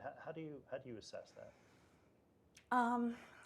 It's a profound journey. I would like to hope that the adults in the room took away lessons as well from that, whether that's the USOC officials, whoever's going to be running USA Gymnastics, parents of the gymnasts, and I'm not saying parents did not do their job. It was set up so the abuses were kept quiet. A lot of complicated factors about why young girls, young gymnasts didn't come forward. They are incredibly high achievers. They wanted to please. You could not draw attention to yourself as anything but being on board. They were trained to play through physical pain, compete through broken bones, compete through treatment by a team doctor they honestly didn't understand was sexual abuse. They were so young. It was an epiphany that came later. So without going way far afield, I think there is a legitimate way to broaden this conversation about athlete advocacy, athletes finding their voice, that critically speaks to young athletes' personal safety, whether that is an athlete who's getting a medical treatment that doesn't feel right and you don't quite have the vocabulary to tell an adult what that is, that if an adult is making you uncomfortable, we want you to talk to us and you're not going to be punished, you're not going to be kicked off the team. If you are a college athlete on scholarship and you're not getting a college education without that scholarship, if your coach is debasing you and attacking you with homophobic slurs and mocking your weight or shaming your weight or questioning your manhood, you should feel safe in exercising that voice, whether it's to go to the AD or the university president or a faculty member. So I do think there is a connection with personal safety, and I think that's where the good question earlier about how does this percolate down to youth sports. It's important that athletes are given power, not that. I'm sorry. I'll sum it up by saying the thing that worries me most is that the U.S. Olympic Committee and USA Gymnastics continues to treat this scandal as a public relations nightmare. This is really, we've lost all our sponsors. This is a bad image. Our parents going to want to send their kids to gyms anymore. It's not. That's not where you need to work. You need to work on giving the athletes power, letting them know you have power. Your concerns will be heard, listened to. I want to ask you about the role of sports journalism and its relation to sports activism. I mean, I got into sports as a journalist when I was 17 years old because I love sports, but mostly I thought it was a great place to explore all the big themes in our society: race, gender, sex, politics, violence, everything. Right? Yeah. Didn't so much care about who was the MVP and otherwise. I was fortunate to have come up at a time when ESPN really invested in sports journalism, and my assessment is they saw it as a brand value. It made him different than CBS Sports or some of the other entities, although John Solomon did a lot of great work for CBS Sports for many years as well. But I mean, they did more of it, ESPN did. Sure. And it wasn't a drag on the brand. It did pretty well. But we are seeing this reassessment throughout the landscape as to, is sports journalism, which then creates maybe a foundation for the bigger conversations around activism, is it good business or otherwise? Now you're to cover these media issues? To cover these issues. I mean, is there an audience for them? Is there? Do people want this stuff? Does it help the Washington Post? Is it your assessment? Boy, this is a whole seminar. I'm sorry. So I come from a newspaper background rather than a broadcast background. Today, both those spheres are kind of merging. So I can speak better to the Washington Post investment priorities, values than I can ESPN's, which was covered a bit earlier. Whether or not it's good business, I will tell with great sincerity and pride, there are issues the Washington Post is going to relentlessly cover, in sports, and that is going to be issues of, athlete welfare, labor issues in sports, corruption in FIFA, corruption in the awarding of Olympic Games. No, those are not the most shared stories necessarily, or the most tweeted. But there is an obligation that we cover sports as news, as well as who is the MVP. I just want to state what I'm sure is clear to everyone here. There's a big difference in a columnist who is paid to frame an opinion and to almost provoke thought, in that good sense of provoke. Here's what I think about this. Here's why that coach has to go. And then I'm a reporter who, I'm not saying I'm just a scribe and I write down what I saw, but you bring in intelligence to the questions, to the analysis. I keep my opinion out of it, but I bring my brain to it. And that brain has the language of what Kaepernick did been hijacked for political gain by a sitting president. It is what he is trying to get on the table, the same thing as what someone is using to demonize the NFL, to scare the owners. What about that question of, are NFL TV ratings dropping because of what Kaepernick did? What was the cost of that protest? I've yet to see meaningful, convincing data that truly separates out why exactly are NFL ratings declining. Is it because ratings for sports across the board are declining? Is it because we're learning more and more about the consequence of CTE, and I kind of feel sick when I watch what used to be the most thrilling thing, that crunch of a helmet-to-helmet hit, And then, maybe I'm a patriot, and my view of patriotism is stand for the flag. Understanding that other views of patriotism, like my dad's, a career service officer, will tell you he fought and served so that we can all express our view. He's no less a patriot. Well, NFL ratings are up this year, aren't they? I think they've ticked up. Right. I think they've ticked up, From but I last year, think, what drives owners' decision-making, NFL, the 32, who employ Goodell and kind of tell him what he can do, is an overstated fear that it's the flag protest. Your fan base can't tolerate And that. sometimes it's baked into these surveys. I've seen them. Well, if they keep doing that, I'm not going to watch NFL Sure, games and then there are people who feel that way. But it also reminds me of the 1970s when people said, boy, if baseball goes to free agency, I am done with that sport. Well, look what's happened to the business of baseball and pro sports since then. I mean, so what fans say they're going to do and what they actually do we actually think, or what percentage of fans do you think will actually turn away from the game because they just don't want to hear anything that's politically related? Before I shut up as I should, I just want to make that long-term business point. Are you making your policy based on the fans you have now? Are you looking 5 years down the road? Are you looking 10 years down the road? Who is our future audience? I mean, if you don't want to make a moral, ethical, here's what every American's right is, if you don't want to deal in that terrain, deal as a business person with a bit of a long-term view. And the NFL fan base is aging. And how are you relevant? And I'll be quiet. Bring in new audiences. Well, what I would say is that players have been innovators in all professional sports for a very long time. It's the advocacy from the player side of the equation that's helped improve the business operations of the ownership side. It was free agency in baseball, which made the game a bunch different. It was free agency in football, which the players started fighting for in the 1970s, right alongside the baseball players, but didn't achieve until the 1990s. That then changed the way the game of football was able to operate. I think that players and innovation, players would continue to advocate for innovations, will help our sports become even better than they are, as they have in the past.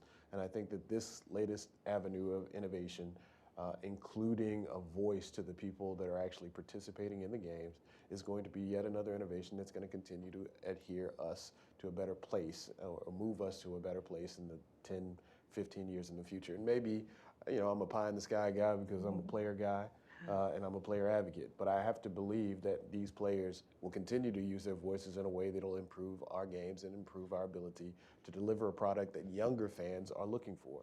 The younger fans want to have that personal interaction with their players. Younger fans are growing up in an area when they can have conversations with their favorite sports athletes at any given time by interacting with them through the internet. Whereas 50 years ago, 30 years ago, maybe even 10 years ago, you had to go to a card signing, or you had to buy a ticket and go to a stadium, and you had to have someone who knew somebody that could sneak you in somewhere before you can actually meet an athlete, shake their hand, and then that was the end of the interaction. Now you can pull out a smartphone and interact with your favorite athlete as soon as their game is over. Perhaps they'll say something back to you, but at least you've said something to them in your mind. So I think that the silencing of the voice of the individual athlete is not the business of our future. I absolutely have to believe, as players continue to develop their voice, that the NFL owners and the other sports owners will see that there's not only value in that, there's value add in that, right? That there's value add in how our business is going to continue to grow. The thing that I wonder about is how the folks in the room and the folks watching this live stream and the folks that actually support these athletes will continue to use their voices to push back on the ownership in ways that they think are important and meaningful, to silence out the voice of the folks who say, don't let these guys kneel, don't let these guys have a voice. I don't want that. Like, how are the other folks gonna help these athletes that they claim that they support and they claim that they love and that they actually do support and love, have a lane to have that voice? Yeah. I also think it's important, though, that we use good data, too, because we need to make sure that it is a causal inference, that it is the advocacy that's leading to the drop in numbers. Because I feel like at the same time as the kneeling things have occurred, that we've also, you can't hit the quarterback anymore. And a lot of plays that people deem exciting have been taken out of the game in the name of player safety, which is extremely important. But we have to make sure, like, I've heard just as many people who aren't watching football because you can't hit a defenseless receiver as because someone's kneeling for a protest. Yep. So I think it's important to make sure that we know the numbers are dropping. It might be because of advocacy, but we also have to look at the other things that could possibly cause it. Or it's just a better experience watching a game at home. Right. Much lower cost, better Exactly. screen, no waiting in line. That's part of the pot too. Right. So, but let me ask you, Ellis, what is your sense? What do college students want? Talking about the next generation of fans, when you guys spoke out at Maryland, well, what did you hear from your peers? Did you feel more? Did they feel more bonded to you? Did they rally behind you? Did you get a lot of pushback? Yeah. For sure. So actually, our SGA president Jonathan Allen's here right now, and we spoke a lot during that time, and they showed a lot of support for us. They held a rally on the campus mall. They were going to protest our practice if Coach Durkin stayed at practice. Like, we felt a tremendous amount of support from our fellow student athletes, and that was kind of the first time that, as an athlete, we felt ingrained in the student body, because you're kind of off doing your own things. We don't eat at the same cafeteria. We have different schedules than everybody else. So, except when you're maybe out, like you're really not ingrained in the student body. And it was really good to feel that they had our back, and that we were also students here, and that we're all students, and that we're all Terps, and that we're all fighting for the same thing, and that's what's best for the student body. Wow, that's powerful. That's super cool. Want to go to some questions? Yep, in the front row here, maybe a microphone. Hi, I'm Mike Glosserman. I want to combine something Liz has talked about, which is the future of the sport, and ask Joe something. I think I heard you basically use the green cleat example as a sign of progressivism at the NFL level. How is it, though, that at a much higher level, seems to me much more public issue, obviously, starting, everybody's talked about Kaepernick. We're running out of quarterbacks here in Washington. And so I'm just trying to understand how the NFL kind of, in its silence, approves of the boycott of Kaepernick, but at the same time approves in its silence the Redskins bringing in a Reuben Foster here to play. I mean, that to me, it just strikes me as that is a much more public issue, that reconciliation. And if you're worried about the future, how does that compute? So that's a great question. I'm going to demur and say that I don't work for the NFL, so what I'm going to say following this will be, I think, a response to your question. My answer to the previous statement about the my cleats, my cause, was that the business mindset of the NFL seems to have shifted over the last 10 years. 10 years ago, players like Ocho Cinco and other players who were around, even Terrell Owens, those guys who used their individuality to let you know exactly who they were as a person and express things that were concerning to them in a way that was sometimes an affront, apparently, to the NFL, or fined for doing so. We've seen a shift over the last 10 years where now players are able to use that advocacy in a way that's not only vocal, but visible, and also using the NFL platform to bring even more awareness, not only to the cause, but also to raise funds for those causes. So I think that in answer to the comments that were earlier when they asked, where do I see the NFL going in 10 years, whether or not advocacy would be a part of that, my answer to that question was, well, you see over the last 10 years how this shift has happened. I can only imagine that it's going to continue to happen as long as there's a business case for it to happen. The answer to your question about how the silence to keep one player off the field that seems to have no societal issues while allowing another player to come on the field or at least be signed to an NFL contract while having some perceived societal issues, that's a question for a GM, for a team, for the folks that sign those contracts. And I think that they go through their own decision-making matrix when they decide who to bring in and who to keep out. Our goal as the NFL Players Association, stepping back into that role and speaking, is to make sure that all of those players, or at least as it relates to the rules in the collective bargaining agreement, are treated the same, right? Like that all players have an opportunity to present themselves for contract negotiations, that as a part of the contract negotiations, the CBA is followed, and that if the CBA isn't followed and they come to us and express some concerns about it, we either help them file the grievance on their behalf, or continue to fight for them. What we've seen in both of these player situations that you've referenced is that the NFL Players Association has stood with the player to make sure that the rules are followed. We've done that with the quarterbacks. We've also done that with the linebackers, and we'll continue doing that with both. Let's go to Patrick. Hi, Patrick Ruby. We've talked a little bit today about both at Maryland, USA Gymnastics, athletes using their voice to speak out after the fact about toxic cultures, abuse of authority. In both cases, the worst case outcomes you could possibly imagine.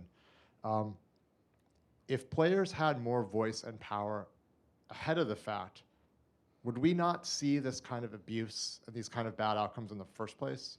Like, how much is the lack of power and voice for these youth athletes in particular a function of the dysfunctional leadership and power that we see in these sports and these organizations? Well, to answer your question about that, I'd say if we would have more knowledge before the fact, of course, we could have avoided a situation like that happened at Maryland. But I feel like it's also important that the student athletes have some other form of advocate that can speak to the coaches and that can speak to the upper level management administration, not just from their own voice. Because again, like I said, we have a million other things going on, and that if we had another person in the building who was just the player advocate, like it sounds silly, like that should be the coach, right? But that's not always the case, And also I feel I had a second point there, but yeah, no. Also, and as a college athlete, coming from high school, we know very little. So a lot of us were just like, oh, I guess this is how college football's supposed to be. Like maybe that's just the way the culture works, Until we then look around and then something terrible happens, we start talking about it. People are like, no, it doesn't have to be like that. Like there are other ways, Well, there's an information gap, right? On the college campus, there's an ombudsperson or an ombudsman who's supposed to be the advocate for the students on that campus. But most college students, not just the athletes, but regular college students, don't even know who that person is and how to find that person.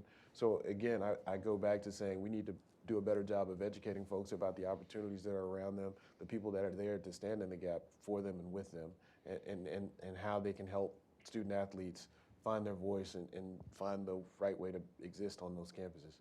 And could have to be independent, by the way. I'm thinking that person might exist on some college campuses, but we've seen both with USA Gymnastics and these college campuses, if the person signing their paycheck is the university president, the coach, the trainer, whoever it is, they may not be the most effective advocate for these kinds of things. Is that person going to be making the same salary Saban is? I mean, so there may be a structural solution, and I love this idea of an athlete advocate, but the big-time college football model is entirely money-driven, I mean, to say the obvious. So an advocate may well speak out, an athlete may speak out, a parent may write a letter, but the real safeguard comes in, do you have an ethical head coach? Do you have an ethically grounded AD? Are they going to do the right thing when, your athletic department budget is $100 million and football kind of makes all the other sports go, and the trustees think, the coach is more important than this, somewhat annoying advocate person, that it may go that way.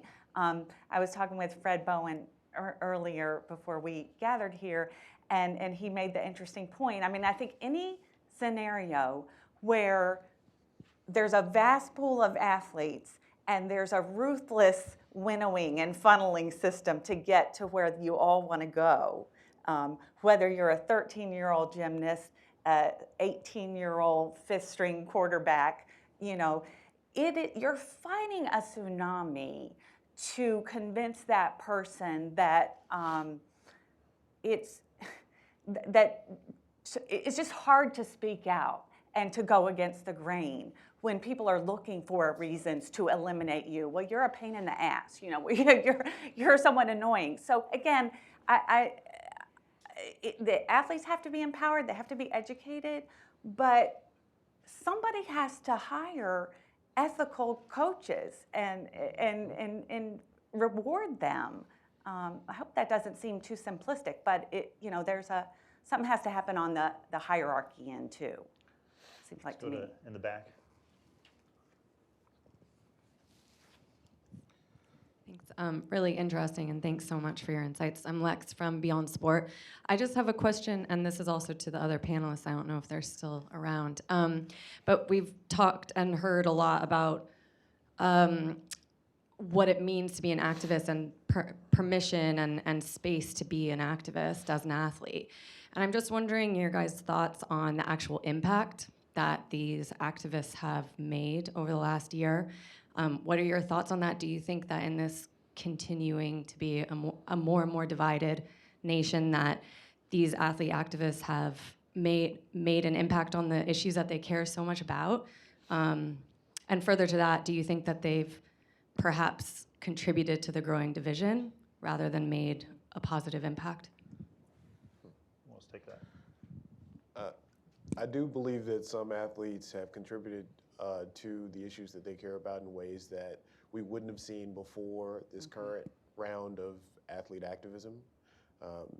When you talk through the ending of money bail or the restoration of felon rights by using an athlete voice to help people understand that this is a ballot initiative that they should continue to watch and support or vote for.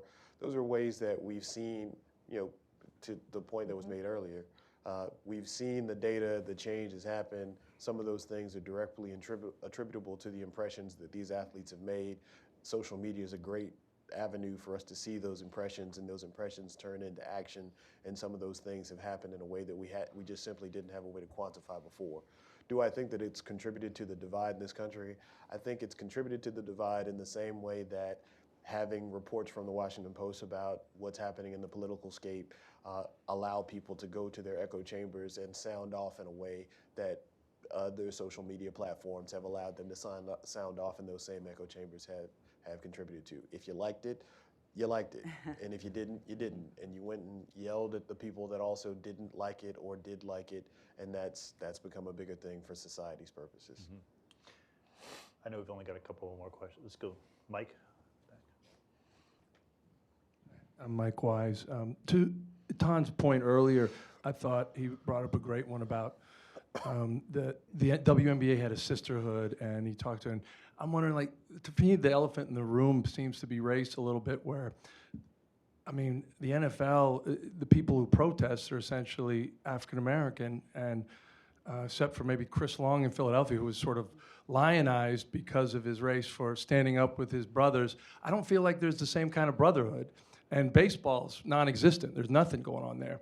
And it has the lowest percentage of African-American players. And so do you feel like, to put it bluntly, more of your white teammates maybe need to get involved, Ellis? And Joe, from your point, because you're essentially walking that fine line between some players don't believe in this activism that you represent and some do.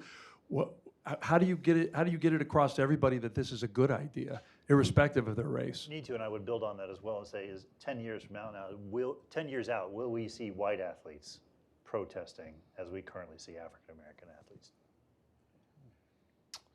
I think that's a difficult question because as an African-American athlete, I still feel, I feel like it's difficult to go speak out on racial issues publicly as an athlete, let alone a white athlete of mine who may not go through the same difficulties that an African-American does. And for them to speak out on it when African Americans can't even speak out on it, it seems like that's backwards. You know, like I feel like it's still difficult for I don't know, for that community to speak out, and I don't know. I don't see it happening, to be honest, personally. But so to the point about sisterhood/brotherhood, I guess with the NFL, because of the fact that we don't have any women currently playing in the NFL. Hopefully, we will in the future.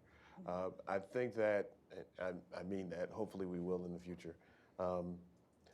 I think that there's a lot more communication and brotherhood that happens away from the spotlight. You don't see the group chats that I see. You don't see the team meetings that I see. You don't see the conversations that I see where that brotherhood is readily apparent. But there are a lot of folks that don't believe that you want to hear. You writ large want to hear from the white athletes that also support some of these issues. Right. That you would rather see the folks that have stepped up to the plate and behind the scenes in the group chats and in the conversations and the team meetings, that brotherhood continues to exist. They also have conference calls and they have conversations and they educate their teammates about why they are taking the stance that they take. But some of those guys don't feel comfortable stepping up to the plate, and that's their right as well. One of the things we writ large public have to be okay with is that everyone isn't going to want to be the same level of activists that we may want them to be. And that's okay, right? They find their own level, they find their own ability, they find their own way. And we have to continue to support them in that if we really want them to be fully human, because that's who they are. Right.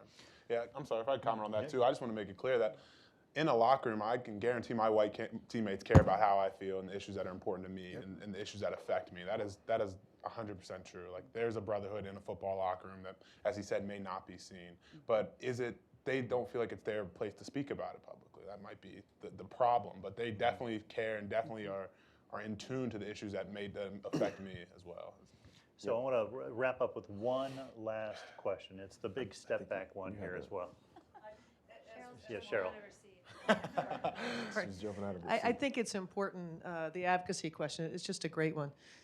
Myself, as a white person, when we were experiencing it, I have largely women of color.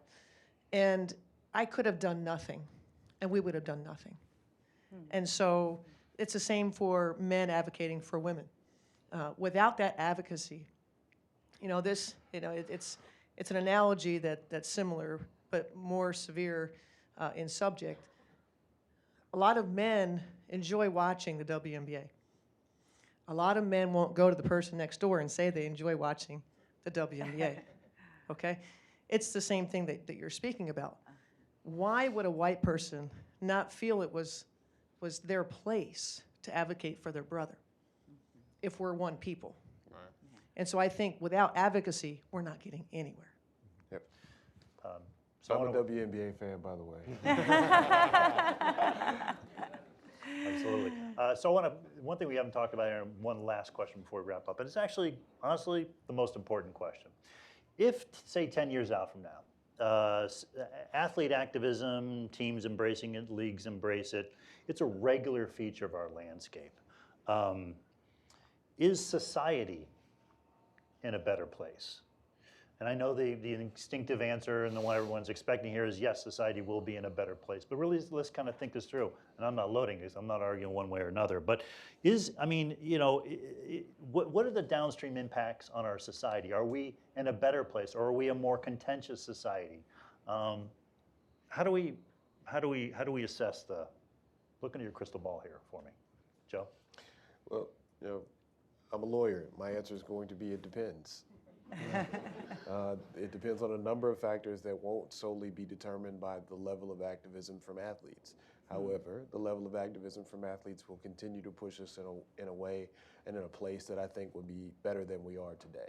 Because these athletes are also people that live in the society, and while they have a bigger microphone at times, I think that them continuing to use that microphone in a way that helps us understand perspective, which is the most important thing about the Colin Kaepernick protest, that his perspective was different than the other folks that perhaps disagreed with him, then I think that that will make us better people. The more understanding we have of different perspectives, the better we have the opportunity to be.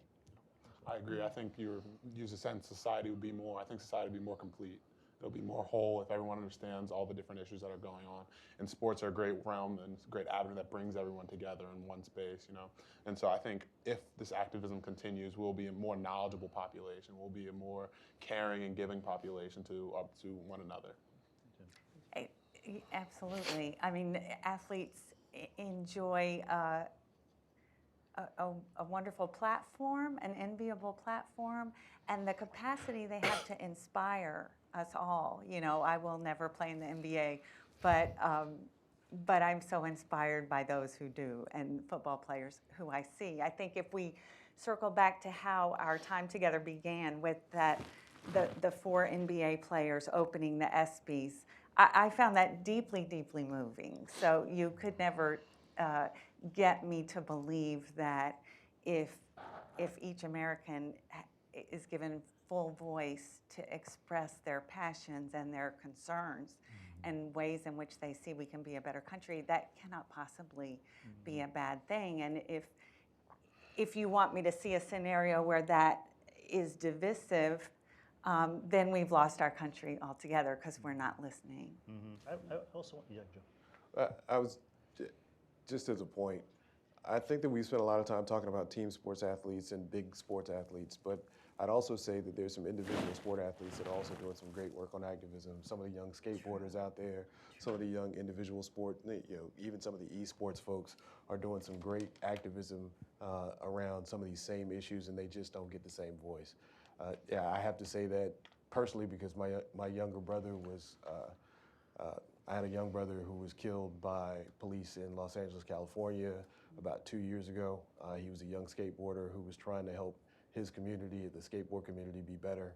And Jim Briggs will live in this space with me and help me figure out my voice and my ability to help guide football players as they're trying to find their voice as well. So I think when we have these conversations, a lot of times we talk about Colin Kaepernick and we talk about all the other major folks who get the spotlight, but we can't forget all these other young folks that are carrying their sports on their back and trying to help find voices for those folks that don't have voices in that space as well. Yeah, absolutely. Just to wrap up here, I mean, I do wonder if 10 years from now, if sports activism is a regular feature of our landscape, is it even news anymore? Or will it be like the Charles Barkley effect, where, remember when Charles used to say some of his stuff early on, it was always a headline, and after all that, we're like, this is not news anymore. This is just the way things are with Charles. And maybe this is just the way things will be in sports 10 years from now. This is just what athletes do, and the business goes on. I do wonder if that's the case and how it'll all play out. All right, so listen, we'd like to wrap up here. First of all, thank our terrific panel. And the panelists on the prior one as well, and the moderator and the organizer of this whole event, John Solomon, for his terrific work. The entire Sports and Society team, Risa, Emily, Andre, Marty, who else am I missing here? Funmi, there you go. This is an amazing team we have pulling together an event like this, a crack cruise. So thank you for your support. There will be a survey going out, right? The survey after the event. Please, we want to capture more opinion. We can only get so many questions here, so just take a few minutes, share it. We'll turn it into content sometime down the road. Please, the social media, hop online, Aspen Sports Lab. Continue this conversation. Don't leave it within this room. And a huge thank you to Michael Glosserman and his wife Marilyn for supporting this event, and as well as the whole Sports and Future of Sports series that launched this year and has gotten a lot of attention nationally. People have written about it, and we've really tried to push these conversations forward. And so we thank you very much, Michael, for helping us do that. So thank you. With that, enjoy your day.